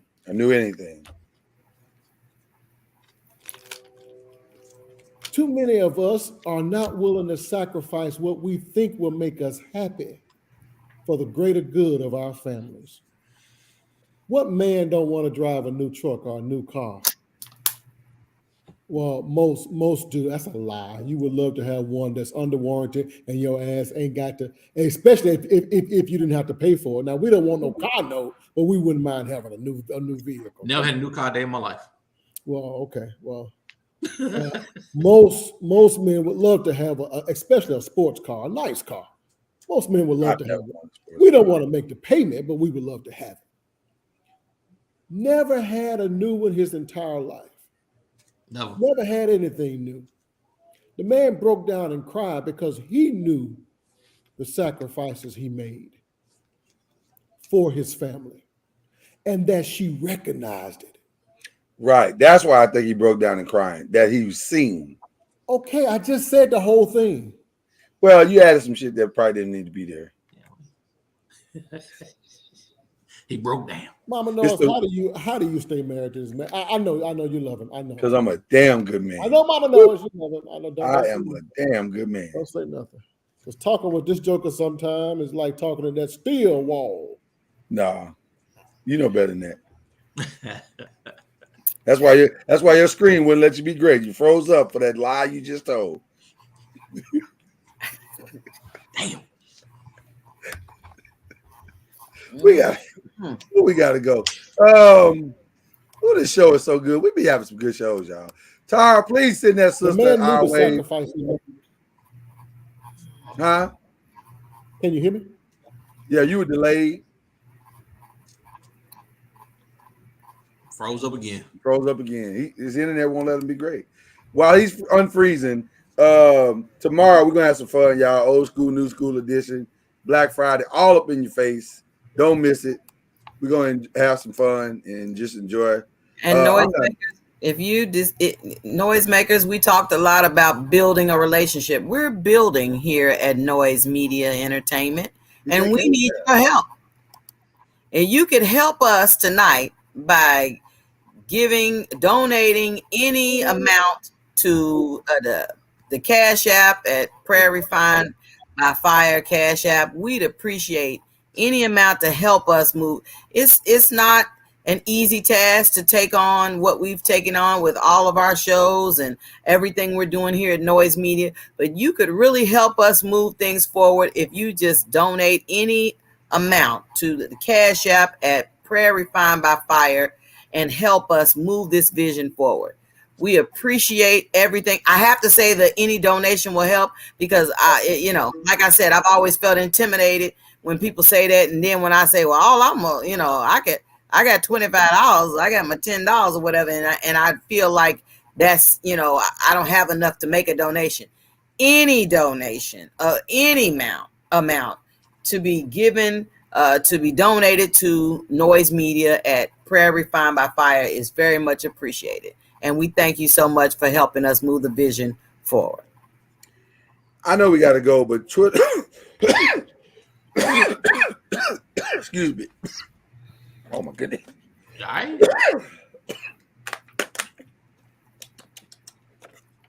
Twitter just had a great comment. They said, how do we fix men raised by broken women?